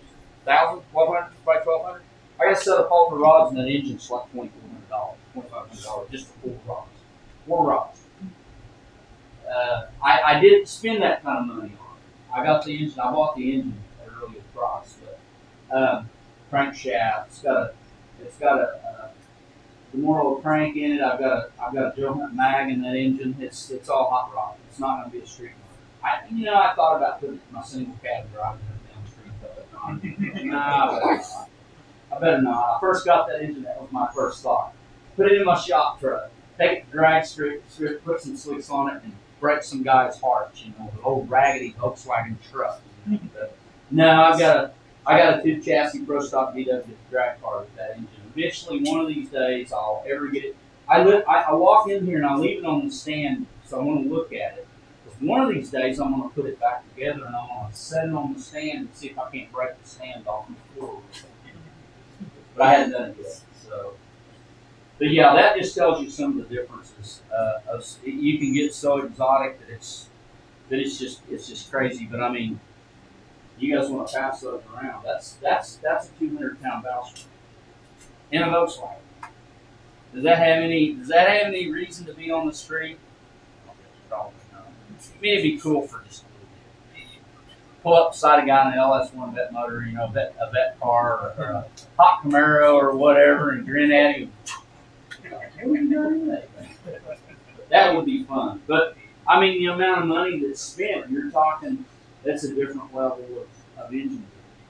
And I've got a set of valves. I bought that engine. It didn't have issues, but it needed a valve job and had some things that needed done to it. I think I bought a set of sodium filled valves for the engine. It cost me probably $600 for those valves. $600 for those valves for the engine. But it's necessary because of what it is. So, but those are the old term was stupid flow heads. That engine's got stupid flow. Yeah, and these. Yeah, it's just great. You can't get those anymore. They don't make those anymore. They do not make that set of rockers anymore. It's frozen. Oh, it froze. But yeah, so there's variations in all this stuff. I've got, I think that engine over there's got Autocraft cylinders on it. Autocraft doesn't make pistons; they make cylinders. That's all they do. You buy pistons, you fit them to your cylinder. So there's just a lot. There's 48 IDA Webers on the engine. I don't know what kind of horsepower that motor would probably put out. I think in its previous owner life, it was probably, I know it was an alcohol motor, so I've seen the jets and carburetors that are running alcohol. So, and it was dragging. It wasn't a street car.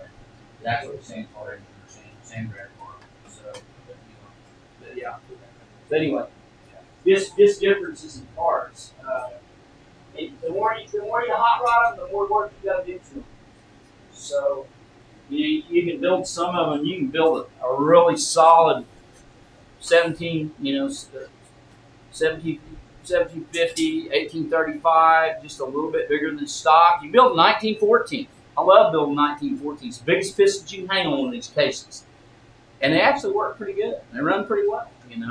I've even set them up. I like to see them. I get a little more performance out of one of those engines with a single Weber. Put a single Weber like 44 on them, and they run pretty good. To be something that you drive every day and you're not having to adjust carburetors at all. So, and that's the thing about dual carburetors. Dual carbs are great, but if you get one of those out of sync and you're running that engine pretty tight, you're running a little lean, you're going to go way lean or way rich, and it's going to cause a problem with that engine. You're going to have damage to that engine. And that's one of the things about dual carburetor setups. You have two that have to run in succession with each other. Most people do not even understand the thought process. If I get a car in here, you bring your car in here, you got dual Webers on. You say, I need you to adjust them. Don't anything else, I just need you to tweak them a little bit. You know what I do? I take everything off of them. I take the linkages off of them. I go back to square one, and I make sure both those throttle butterflies are exactly the same. They open at the exact same time. And say, well, how do you do that? I put a dial indicator on the throttle shafts so I can see where they're open and where they're stopping. Once I get those two set, I don't touch that adjustment. Then I go into the carburetors and put the rest links. And if I've got any play in any of that linkage, I call you and say, we need to put new linkage on these carburetors. And they're like, well, what's that going to cost? Shouldn't have brought it to me if you're worried about cost. I'm just saying, again, you get that stuff fixed up. And I've had, I don't know how many cars come in here with dual Webers on, dual carburetors, period, and they get them back, and they're like, this car's never ran that good. And I said, it's because I take the extra time to set these carburetors up. Right? And that's what it takes. And I got $2,400 worth of jets in the door. $2,400 worth of brass jets for carburetors. That's what it takes. And no two of them jet the same. I think, man, I'm going to throw them in here, I'm going to get dead on here. Every one of them is different because every engine is a little bit different. So, carburetors. Look, I'm going to go here and we'll do in play on that engine. Let me grab my. Let me find my dial indicator. I'm going to switch over here.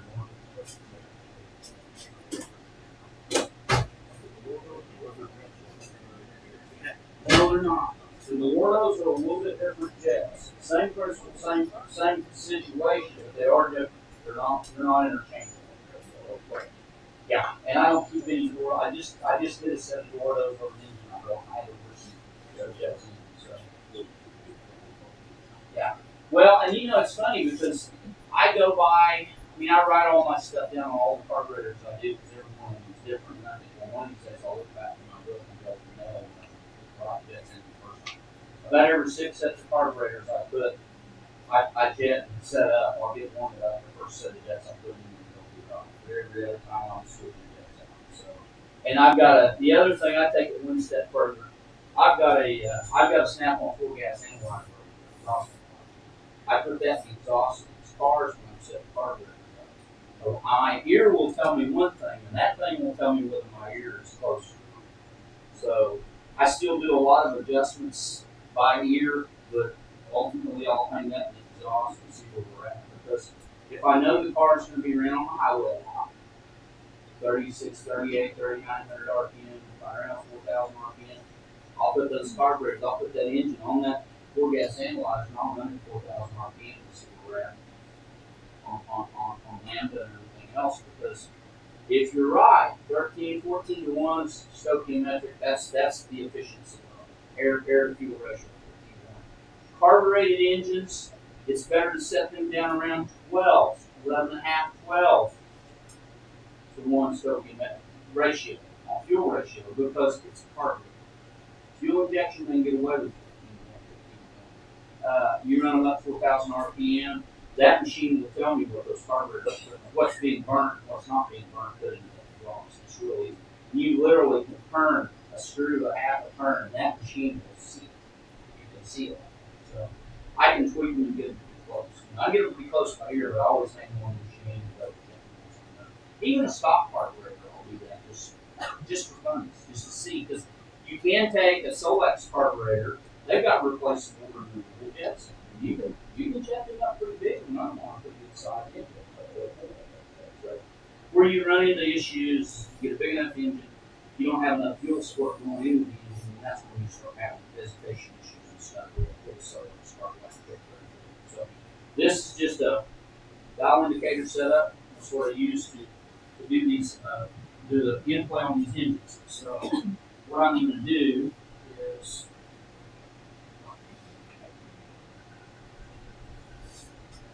that's it. Well, I want you just you want to move the camera back and just shoot me from over there with that camera. That'd be okay. You don't have to do the overhead. That's okay. You can just if you can just it's not really doing much up here. It's going to be back here. So and I'm going to do this real quick because I already got this one set. I'm going to go to the back side to do it. Just so you guys see what I'm talking about in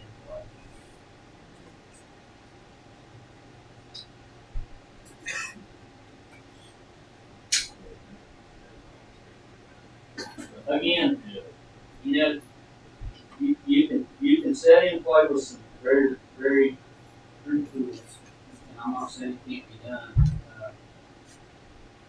It can be done. I just don't.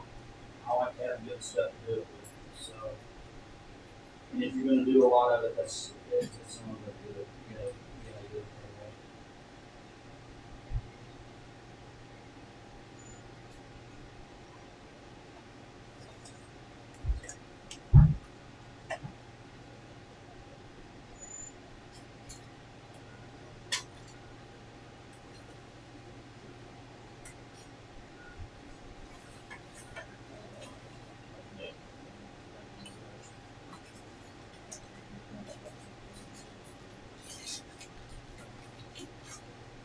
Now, again, barring all situations and circumstances aside, you've got your flywheel on, you've got your shims in there, you've got it torqued down. The correct way to torque one of these flywheels is, now I know you guys have seen them. This is a wonderful tool. It's basically a multiplier, is what it is. That puts over the land nut on your crankshaft, and then this you use the torque wrench on, which it's you set your torque wrench to I think it says 26. Set your torque wrench to 25 foot-pounds, and out here at the end it's realized at 225 foot-pounds. Same thing if you go to 30, you're going to get to 70. So it's a great tool, and it works wonderfully. And it's great on axle nuts too. You can use it on axle nuts. It's pretty good on those too. You really can't get those tight enough. Sometimes you can lose them with a big impact. So this thing will do it. But that's one way. That's how you tighten it up, and then you get them tight. Now, like I said, I've got this set up for inflow.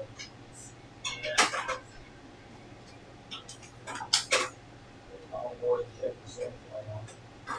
Now that I've got my shims in there, I've got my 3 shims in, and I'm gonna check my inflow. Can you see that dial indicator, Warren?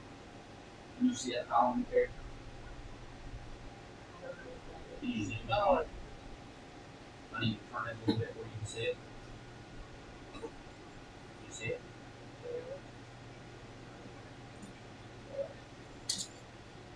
There you go. I'm gonna come up a little closer. Alright. Alright, here we go. Well, again, I don't know if you guys can see that. See that little bit of movement? You guys see that movement? That's 4 thou. You can't feel that. You can't feel that. I mean, I can. I kind of feel it. But that's 4 thou. That right there is 4 thou. And that's what you should have. The thing is, too, you have to be really careful because when you do set these up, you can flex that flywheel 5/6 thou. So you have to get a fine line there when you're checking that you're only really moving from front check and all. And that's it's up to you. You get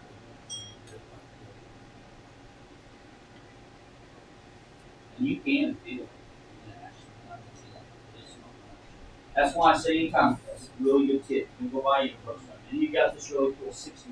You got this 56. No. You got this 51 split that you're just, oh my gosh, you gotta have that car. You gotta have it. You're gonna go out there, the first thing you want to do, you're gonna take 2 screwdrivers.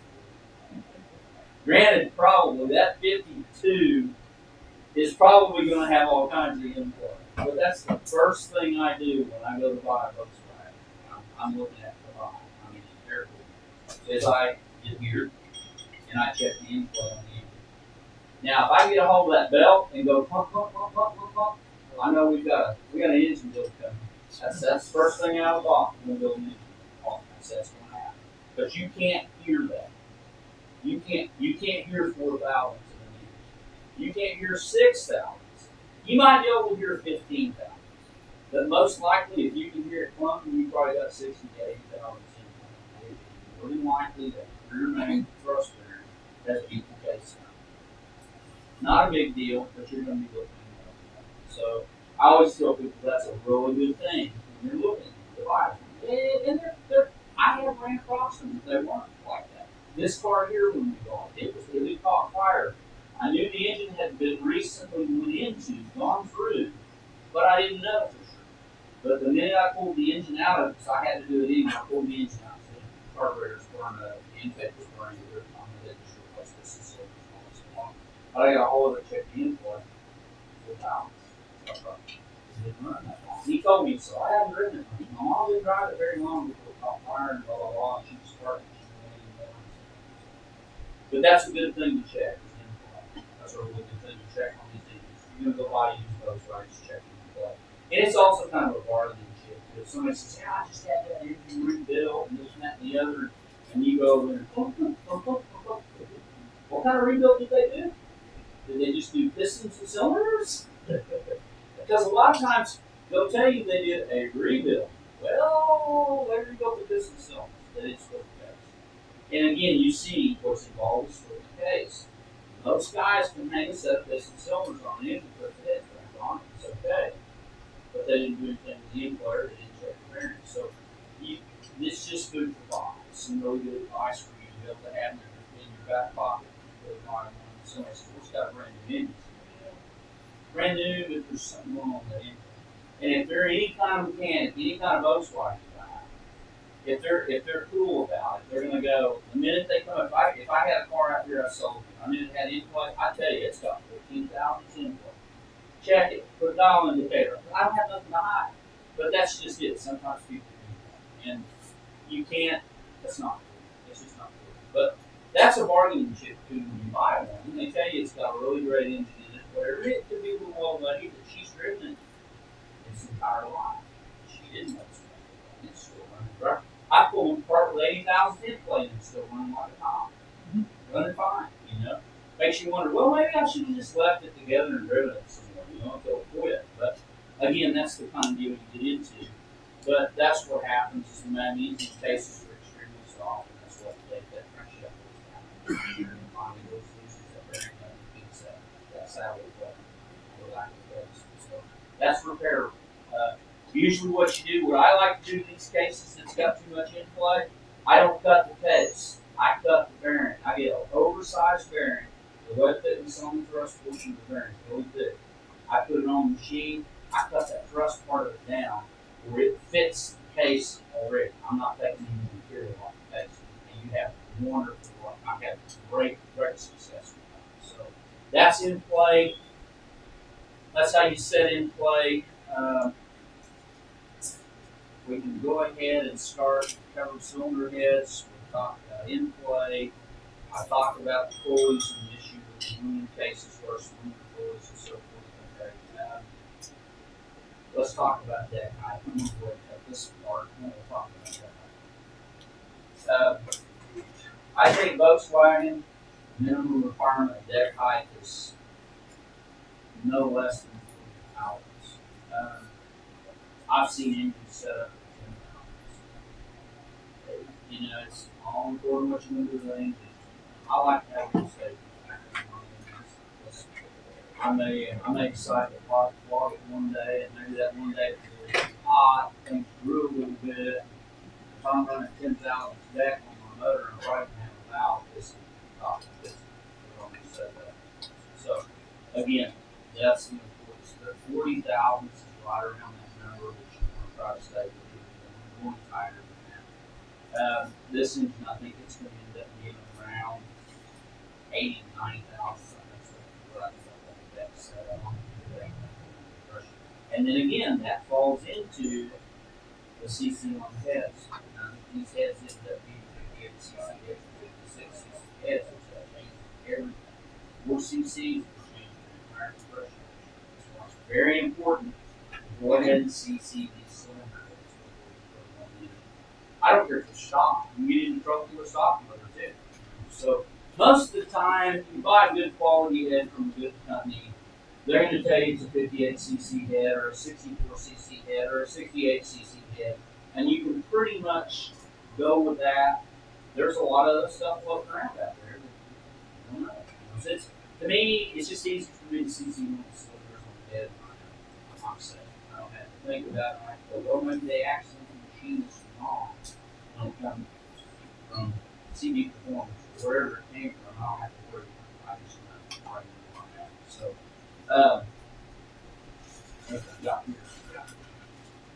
These are GTV1 heads. As you can see, these valves are considerably larger. Okay? Almost the same size. No, no. Intakes are quite a bit bigger than the exhaust for big valves. These have got oversized ports. They've been ported some from the factory. These are also with valves. These are actually interesting. They also run a long reach instead of standard slots.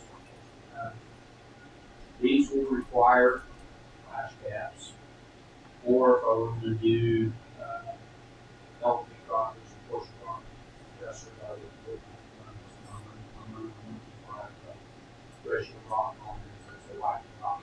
So, which means I'll probably do at least a shimmer to the base of these rock rods. And now we're all the off it. Just to be in the pond, we're sitting balled out at on the rack with the top of the center.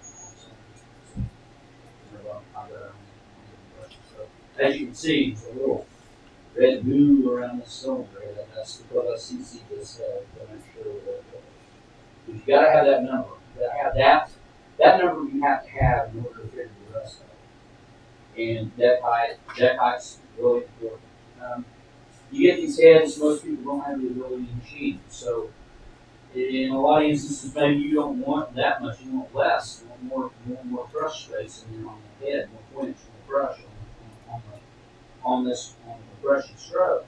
So you're going to machine some of this out, which is going to tighten that up even more, it's going to make less volume in there. So again, that's going to flow into what you've got going on with that nice report. So those two pieces of the equation. Granted, crankshaft and piston size has to do with compression ratio too. But these two items are what sets your compression ratio to.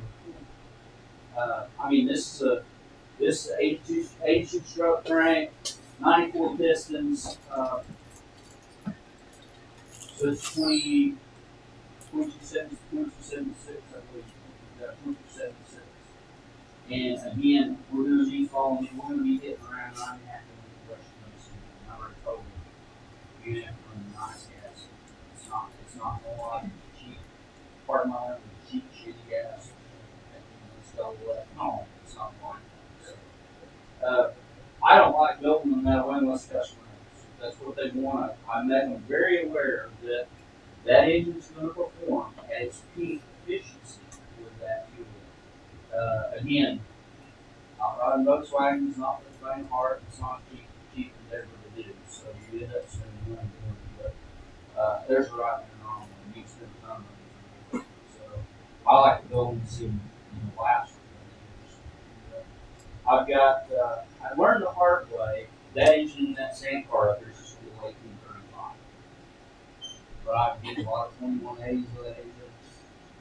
And 2180 used to be the big engine.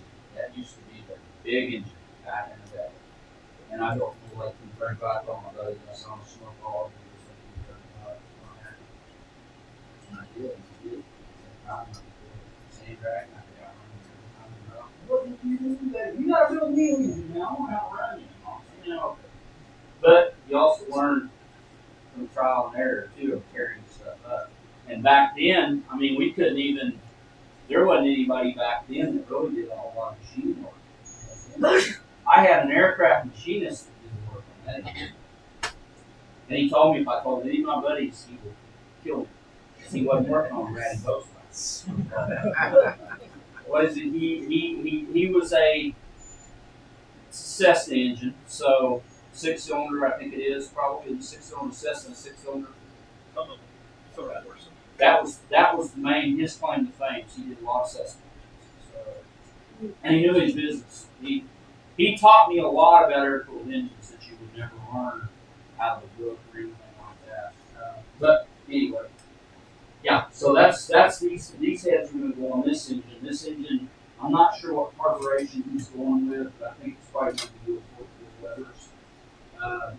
I've already been advised to came to me through a situation. He's got a brand new engine in his car. It doesn't run at all. It doesn't run.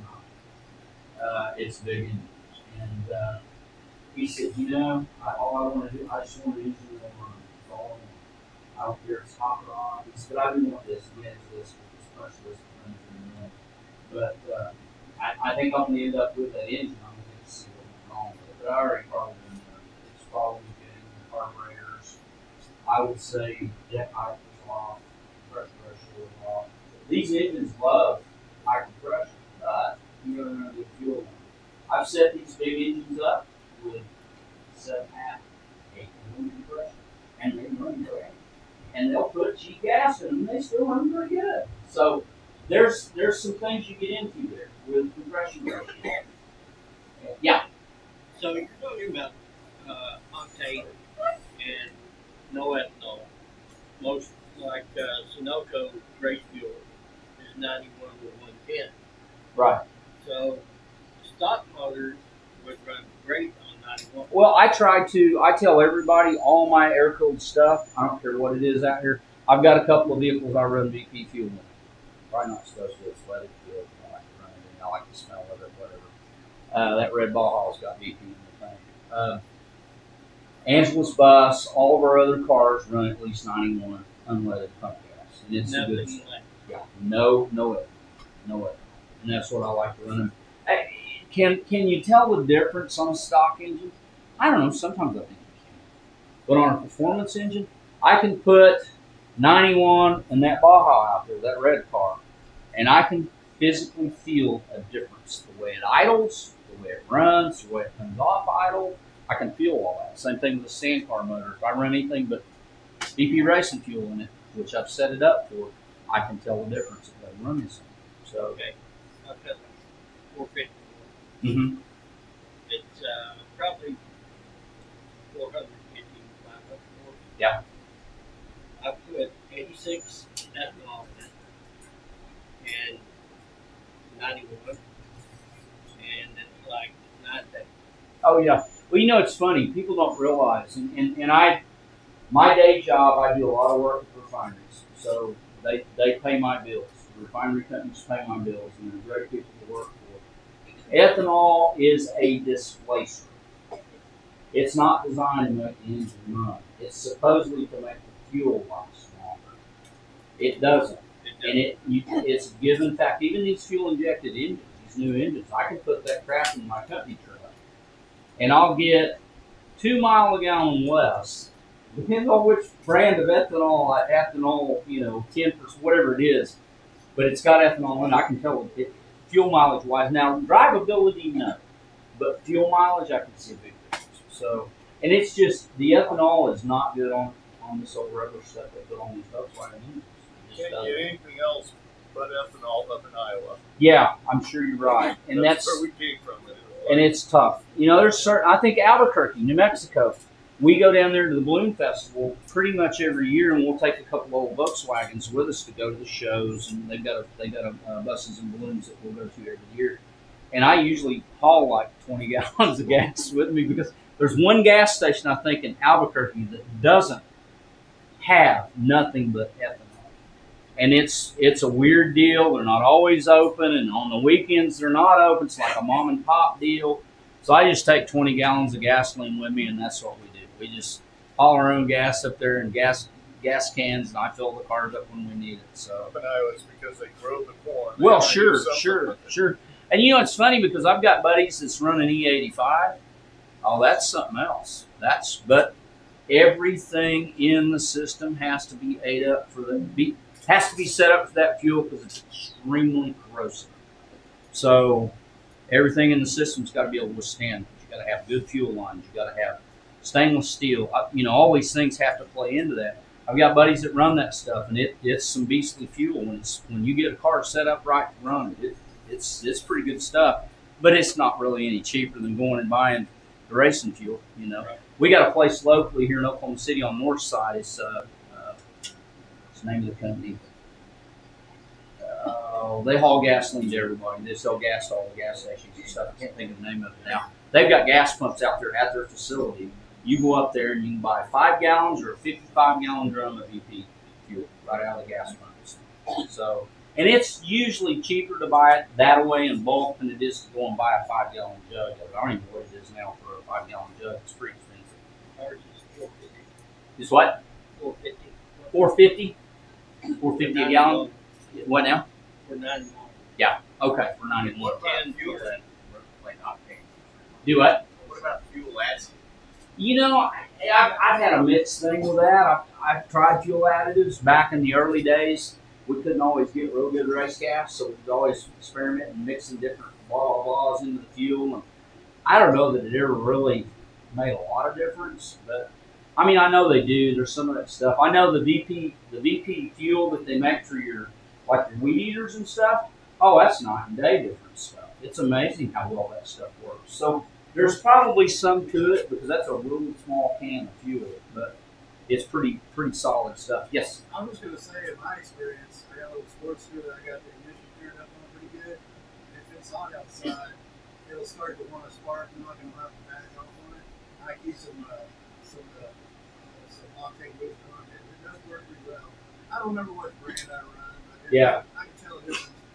Just whenever it's really hot out, you're really putting Yeah. it to it. Yeah. Well, and that's the thing about these air-cooled engines. You melt one under the ground. It doesn't take any time to melt one of them. And it's because the solar heads will get so hot. And you see it. You'll see pistons come apart and all that. And it's 9 times out of 10, part of its cooling, that's something else we'll get into too, is oil coolers. I'm a firm believer the Germans had a wonderful idea when they put that cooler outside of the doghouse. and they put it in its own little spot, not in line with the actual fan shroud. They put a separate location on the fan shroud for that cooling, for that cooler to sit. This is a doghouse fan shroud. The early Volkswagens, the cooler sits up in the cooler. So that hot air blows right across that cooler and goes right down on the number 3 side. That was the killer. Number 3 would always die. But when they moved that cooler out here and made it there, that solved a lot of the problem. Everybody says, well, what about just doing away with that cooler and just doing a remote cooler? Well, it's okay. I always run that cooler with an addition because this is what it's a great design. They even have one as far. You can take a Type 4 cooler, which is the same thing, same cooler to on 915. You have to have different fan structures. They're expensive, but you get a lot more cooling out of that same. This is the largest cooler. Do I believe, keeping that engine cool off is definitely, it's a huge thing. You got to do that. These fan shrouds, unless you got a factory stock fan shroud, and this is a bubble top case. Okay? This engine, when I get ready to put this fan shroud on this engine, I'm going to have to cut this fan shroud. I may spend an hour if I'm looking, I may spend 3 hours trying this fan shroud to get this case. I'll put it together and take it apart 4, 5, 6 times. Everybody says, well, why in the world would you want to do that? Because none of this tin is stamped. It's been stamped from so many restamps that it's not any of it really close to what it originally was. I had a guy drop me all of his cooling tin on his engine, factory cooling tin, and we built him a bubble top, 1914. Brought me the cooling tin, and man, he had sandblasted. He had that cooling tin was beautiful. And I told him, I said, I'm gonna probably have to cut on that. I hope you're okay with that. He says, no, yeah, it's okay. You'll be fine. You'll be fine. I said, but I made sure that's pretty good. We're going to have to repaint. He said, we'll have to repaint it. And just so I got in there, and all that factory tin, just all but right on the engine. But it's a factory. It come off his original engine out of his car. Same car that he was building before. And I was just tipping. So I haven't taken the time, but there is a couple of companies. There's a company, I think out of California, for sure, is I have to look at. They take this tin and they solder it, they work it, they fix it, they actually make it do it fix. Well, you got to decide is it worth an extra $75 or $100 to let them do it. In my case, probably so.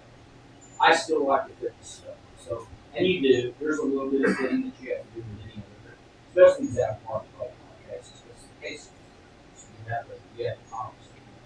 But if this is not seated and fitted, if you don't have pipe fitting tin on your engine, that's going to create problems. You're going to have problems with heating. All the tin that goes on the engine. Now, if you're in a sandbar or in a dune buggy, that's different. Because that engine's just sitting out there in the wide world for the world to see and for the air to blow over it, that's a little different situation. But if you put one of these engines in a car, or especially in a bus, you better put all the tin back on that engine. And guys talk about the Type 3 cooling shrouds that go on the bottom of the cylinders. Volkswagen put those on the Type 3 engine for a reason. Which way does that engine circulate air? Does it circulate air like this one does? It circulates in the opposite direction. So when I say that, it brings air in from the back of the engine compartment, back over the cylinder. And they did that purposely because they couldn't get enough of that, the old style tin, to seal well enough for the air that's coming through the engine compartment in order to help fill that engine. Train of thought, a lot of guys think putting those tins on these engines is a smart thing to do. I don't ever put one in. So if anybody tells you need to put those on your engine, you probably should back away a little bit. I won't run them on that. Run them on a Type 3 engine, but I won't put them on that road. Just won't do it. And I don't have a picture of them, but you see them. They look like two little tins that are made together and they go on the bottom side of the cylinder. And they fit currently together on both cylinders. Now the standard tin that snaps in between the two, you always put that in. That's a standard deal. You use that on all of those things.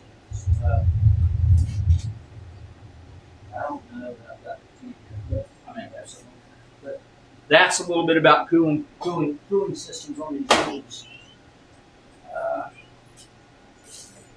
Yeah, there's a couple of pieces of it's just a little tin that snaps on the bottom of the. It's part of the cooling tin. Here you go. And this goes on the bottom of the cylinders. But it snaps in once you get the cylinders installed. Everything's buttoned up, ready to go. You put these on. These snap in. Snap into the case right here, and they go in there and they're just cooling like so. What it does is it causes it to push the air out across both sides of the bottom. I personally, if you get these and they're like this, I always tweak these tins up. And that's so if something happens, one gets loose, it doesn't get down into your push rod.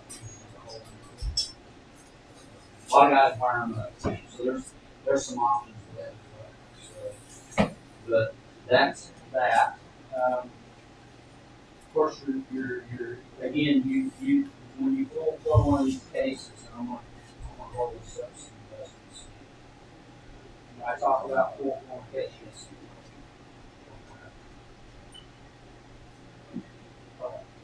Do you have a question? Yeah. What do you think about external oil filtration? I think it's great as long as you full flow the case. And they make kits that you can put the filter on the front of the engine. That works.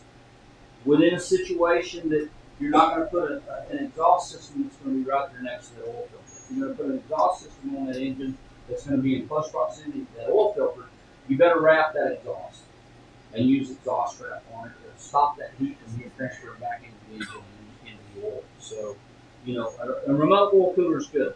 And a remote filter is a great idea. This engine's got one, and I believe in them. I think they're great. I also think that doing a remote filter plus cooler is also a very good idea as well. Even a cooler, a fan control type cooler is also great, and that helps. Every bit of it helps. All these off-road engines I build, this engine up here's got a big 92 pass cooler on it. The fan hardly ever comes on. I've been out in Sahara with it. Been out in Little Sahara and it's been over 100-degree day, and I maybe watched that fan run 3 times all day long. So if you build the engine right, full flow it, get that oil in and out of that engine where it can actually dissipate some of the heat, it's pretty good. But again, remote filter, and you're talking about an actual remote filter, not an engine mounted filter. There's Correct? 2 different kinds of good looking at one with the hose that puts it in it. Yeah. Well, and that's okay. One that just bolts on the front of the motor. Right here, and this is what this one is right here. This is bolted on the front of the engine. And when you do that with this one, you really can't. You can't per se. You can full flow this one, but it's going to be a little bit different application.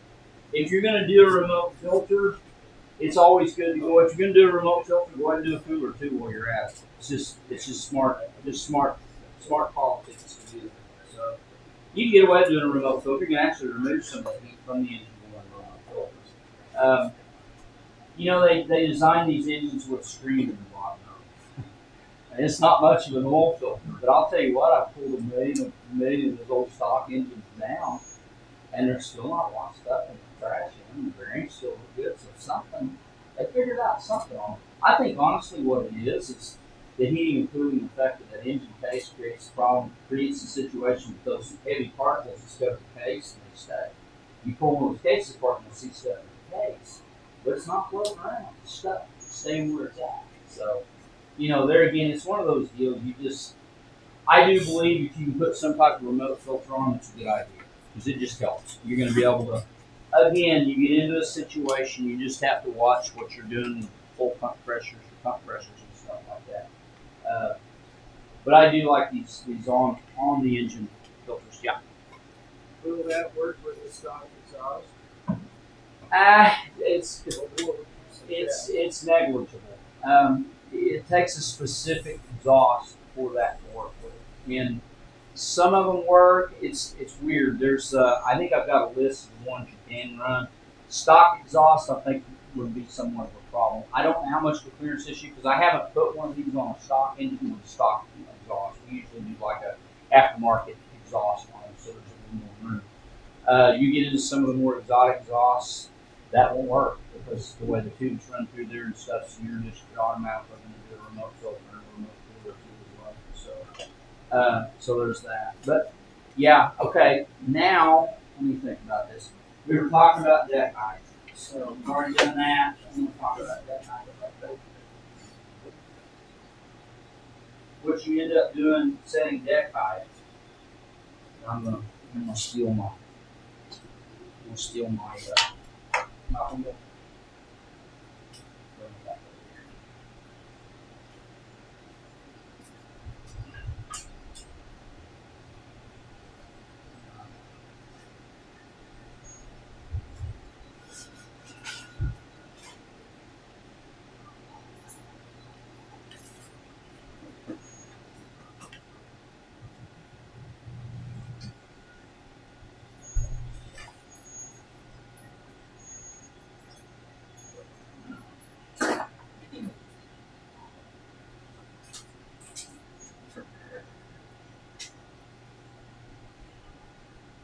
Deck height.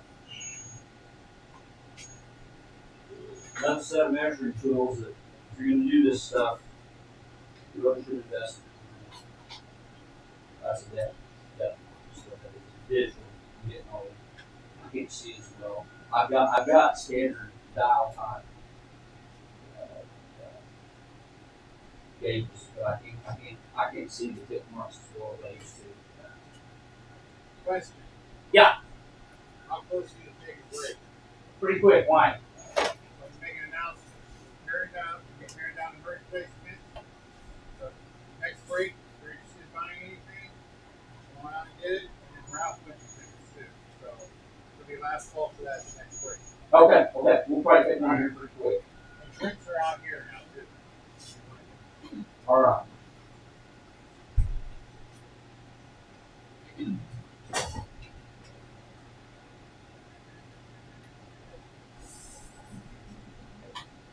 Okay. So I just zeroed my depth mine. See if you see that one. There on it. See it? Okay, we're set at 104.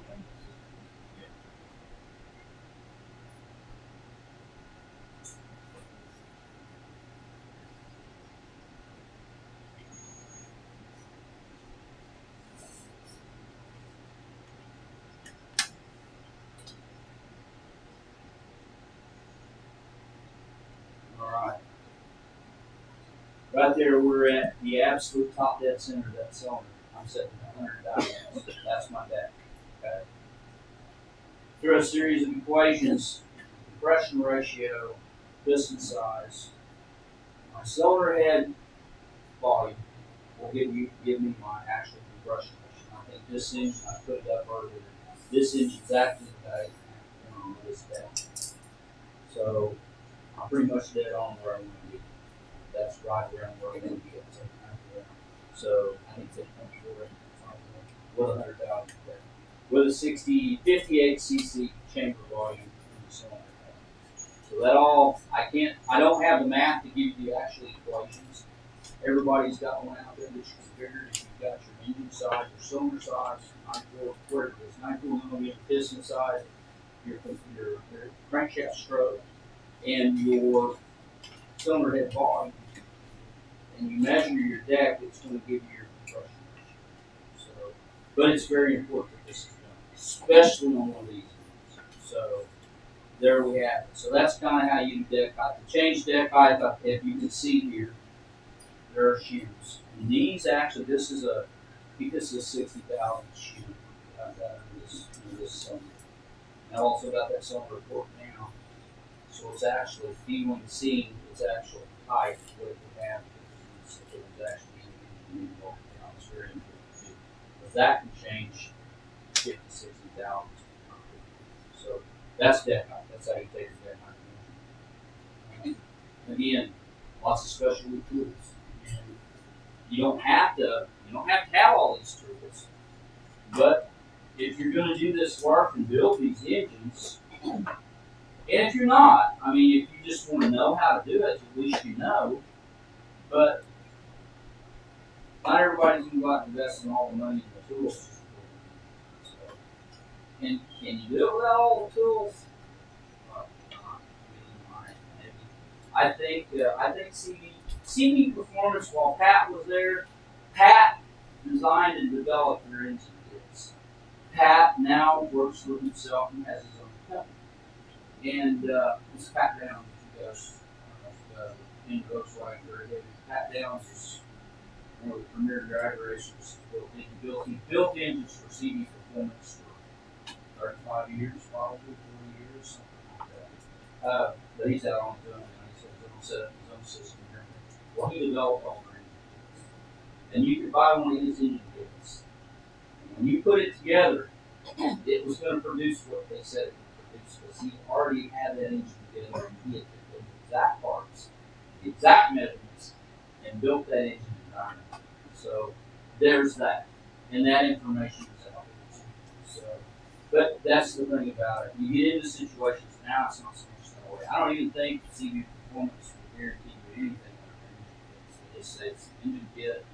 You might produce this with this, or you might produce this with this, but they don't come right out and say that it's going to be this. It will be this. They don't tie themselves down.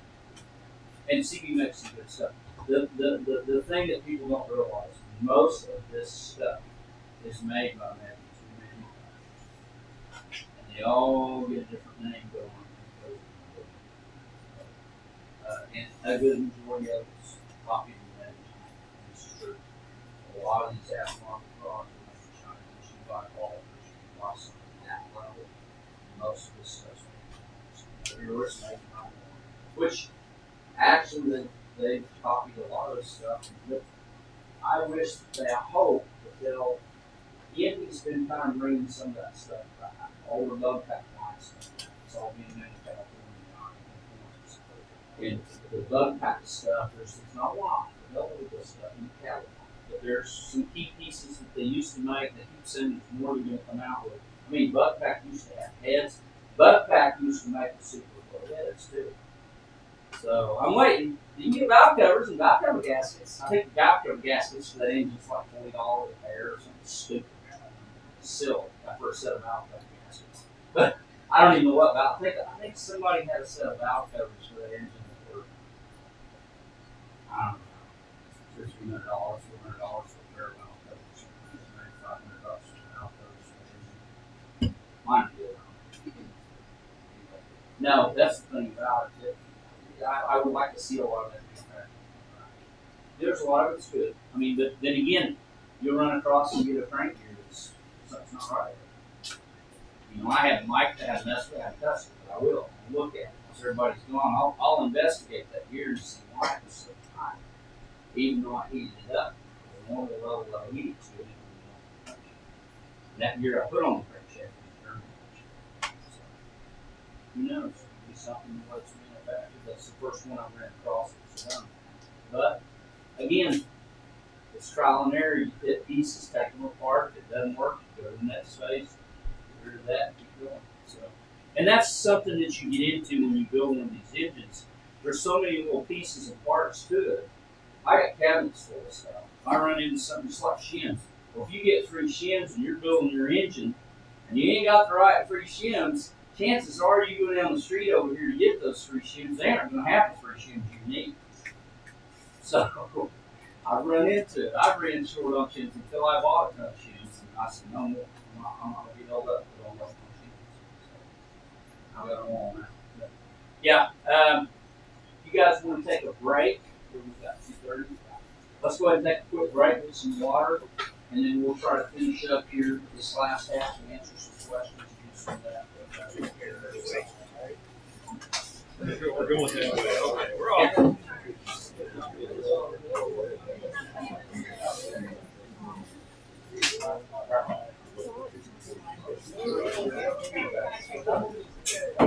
Yeah, that's probably pretty good. I mean, today it's going to be up, and I don't have more of those Italian. Yeah, I can find one old. I'm already researching. Get that hook. That Chevy. Yeah. I've got no whatever. Yeah. So, Getting it, what they tell you now on all the sites, not what's in that book. And everybody gets in trouble for using that new stuff. So, I still get one wrong book, and it's not old. It's close. Yes. Oh. Yeah. Go for it.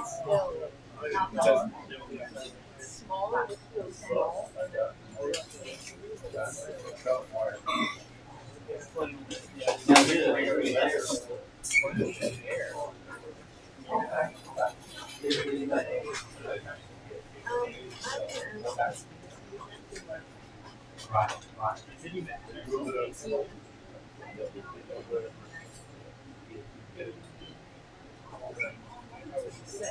Probably, honestly, with that menagerie, that rat's nest, my suggestion would be is drop the bucks and find one. You might go your way just fine.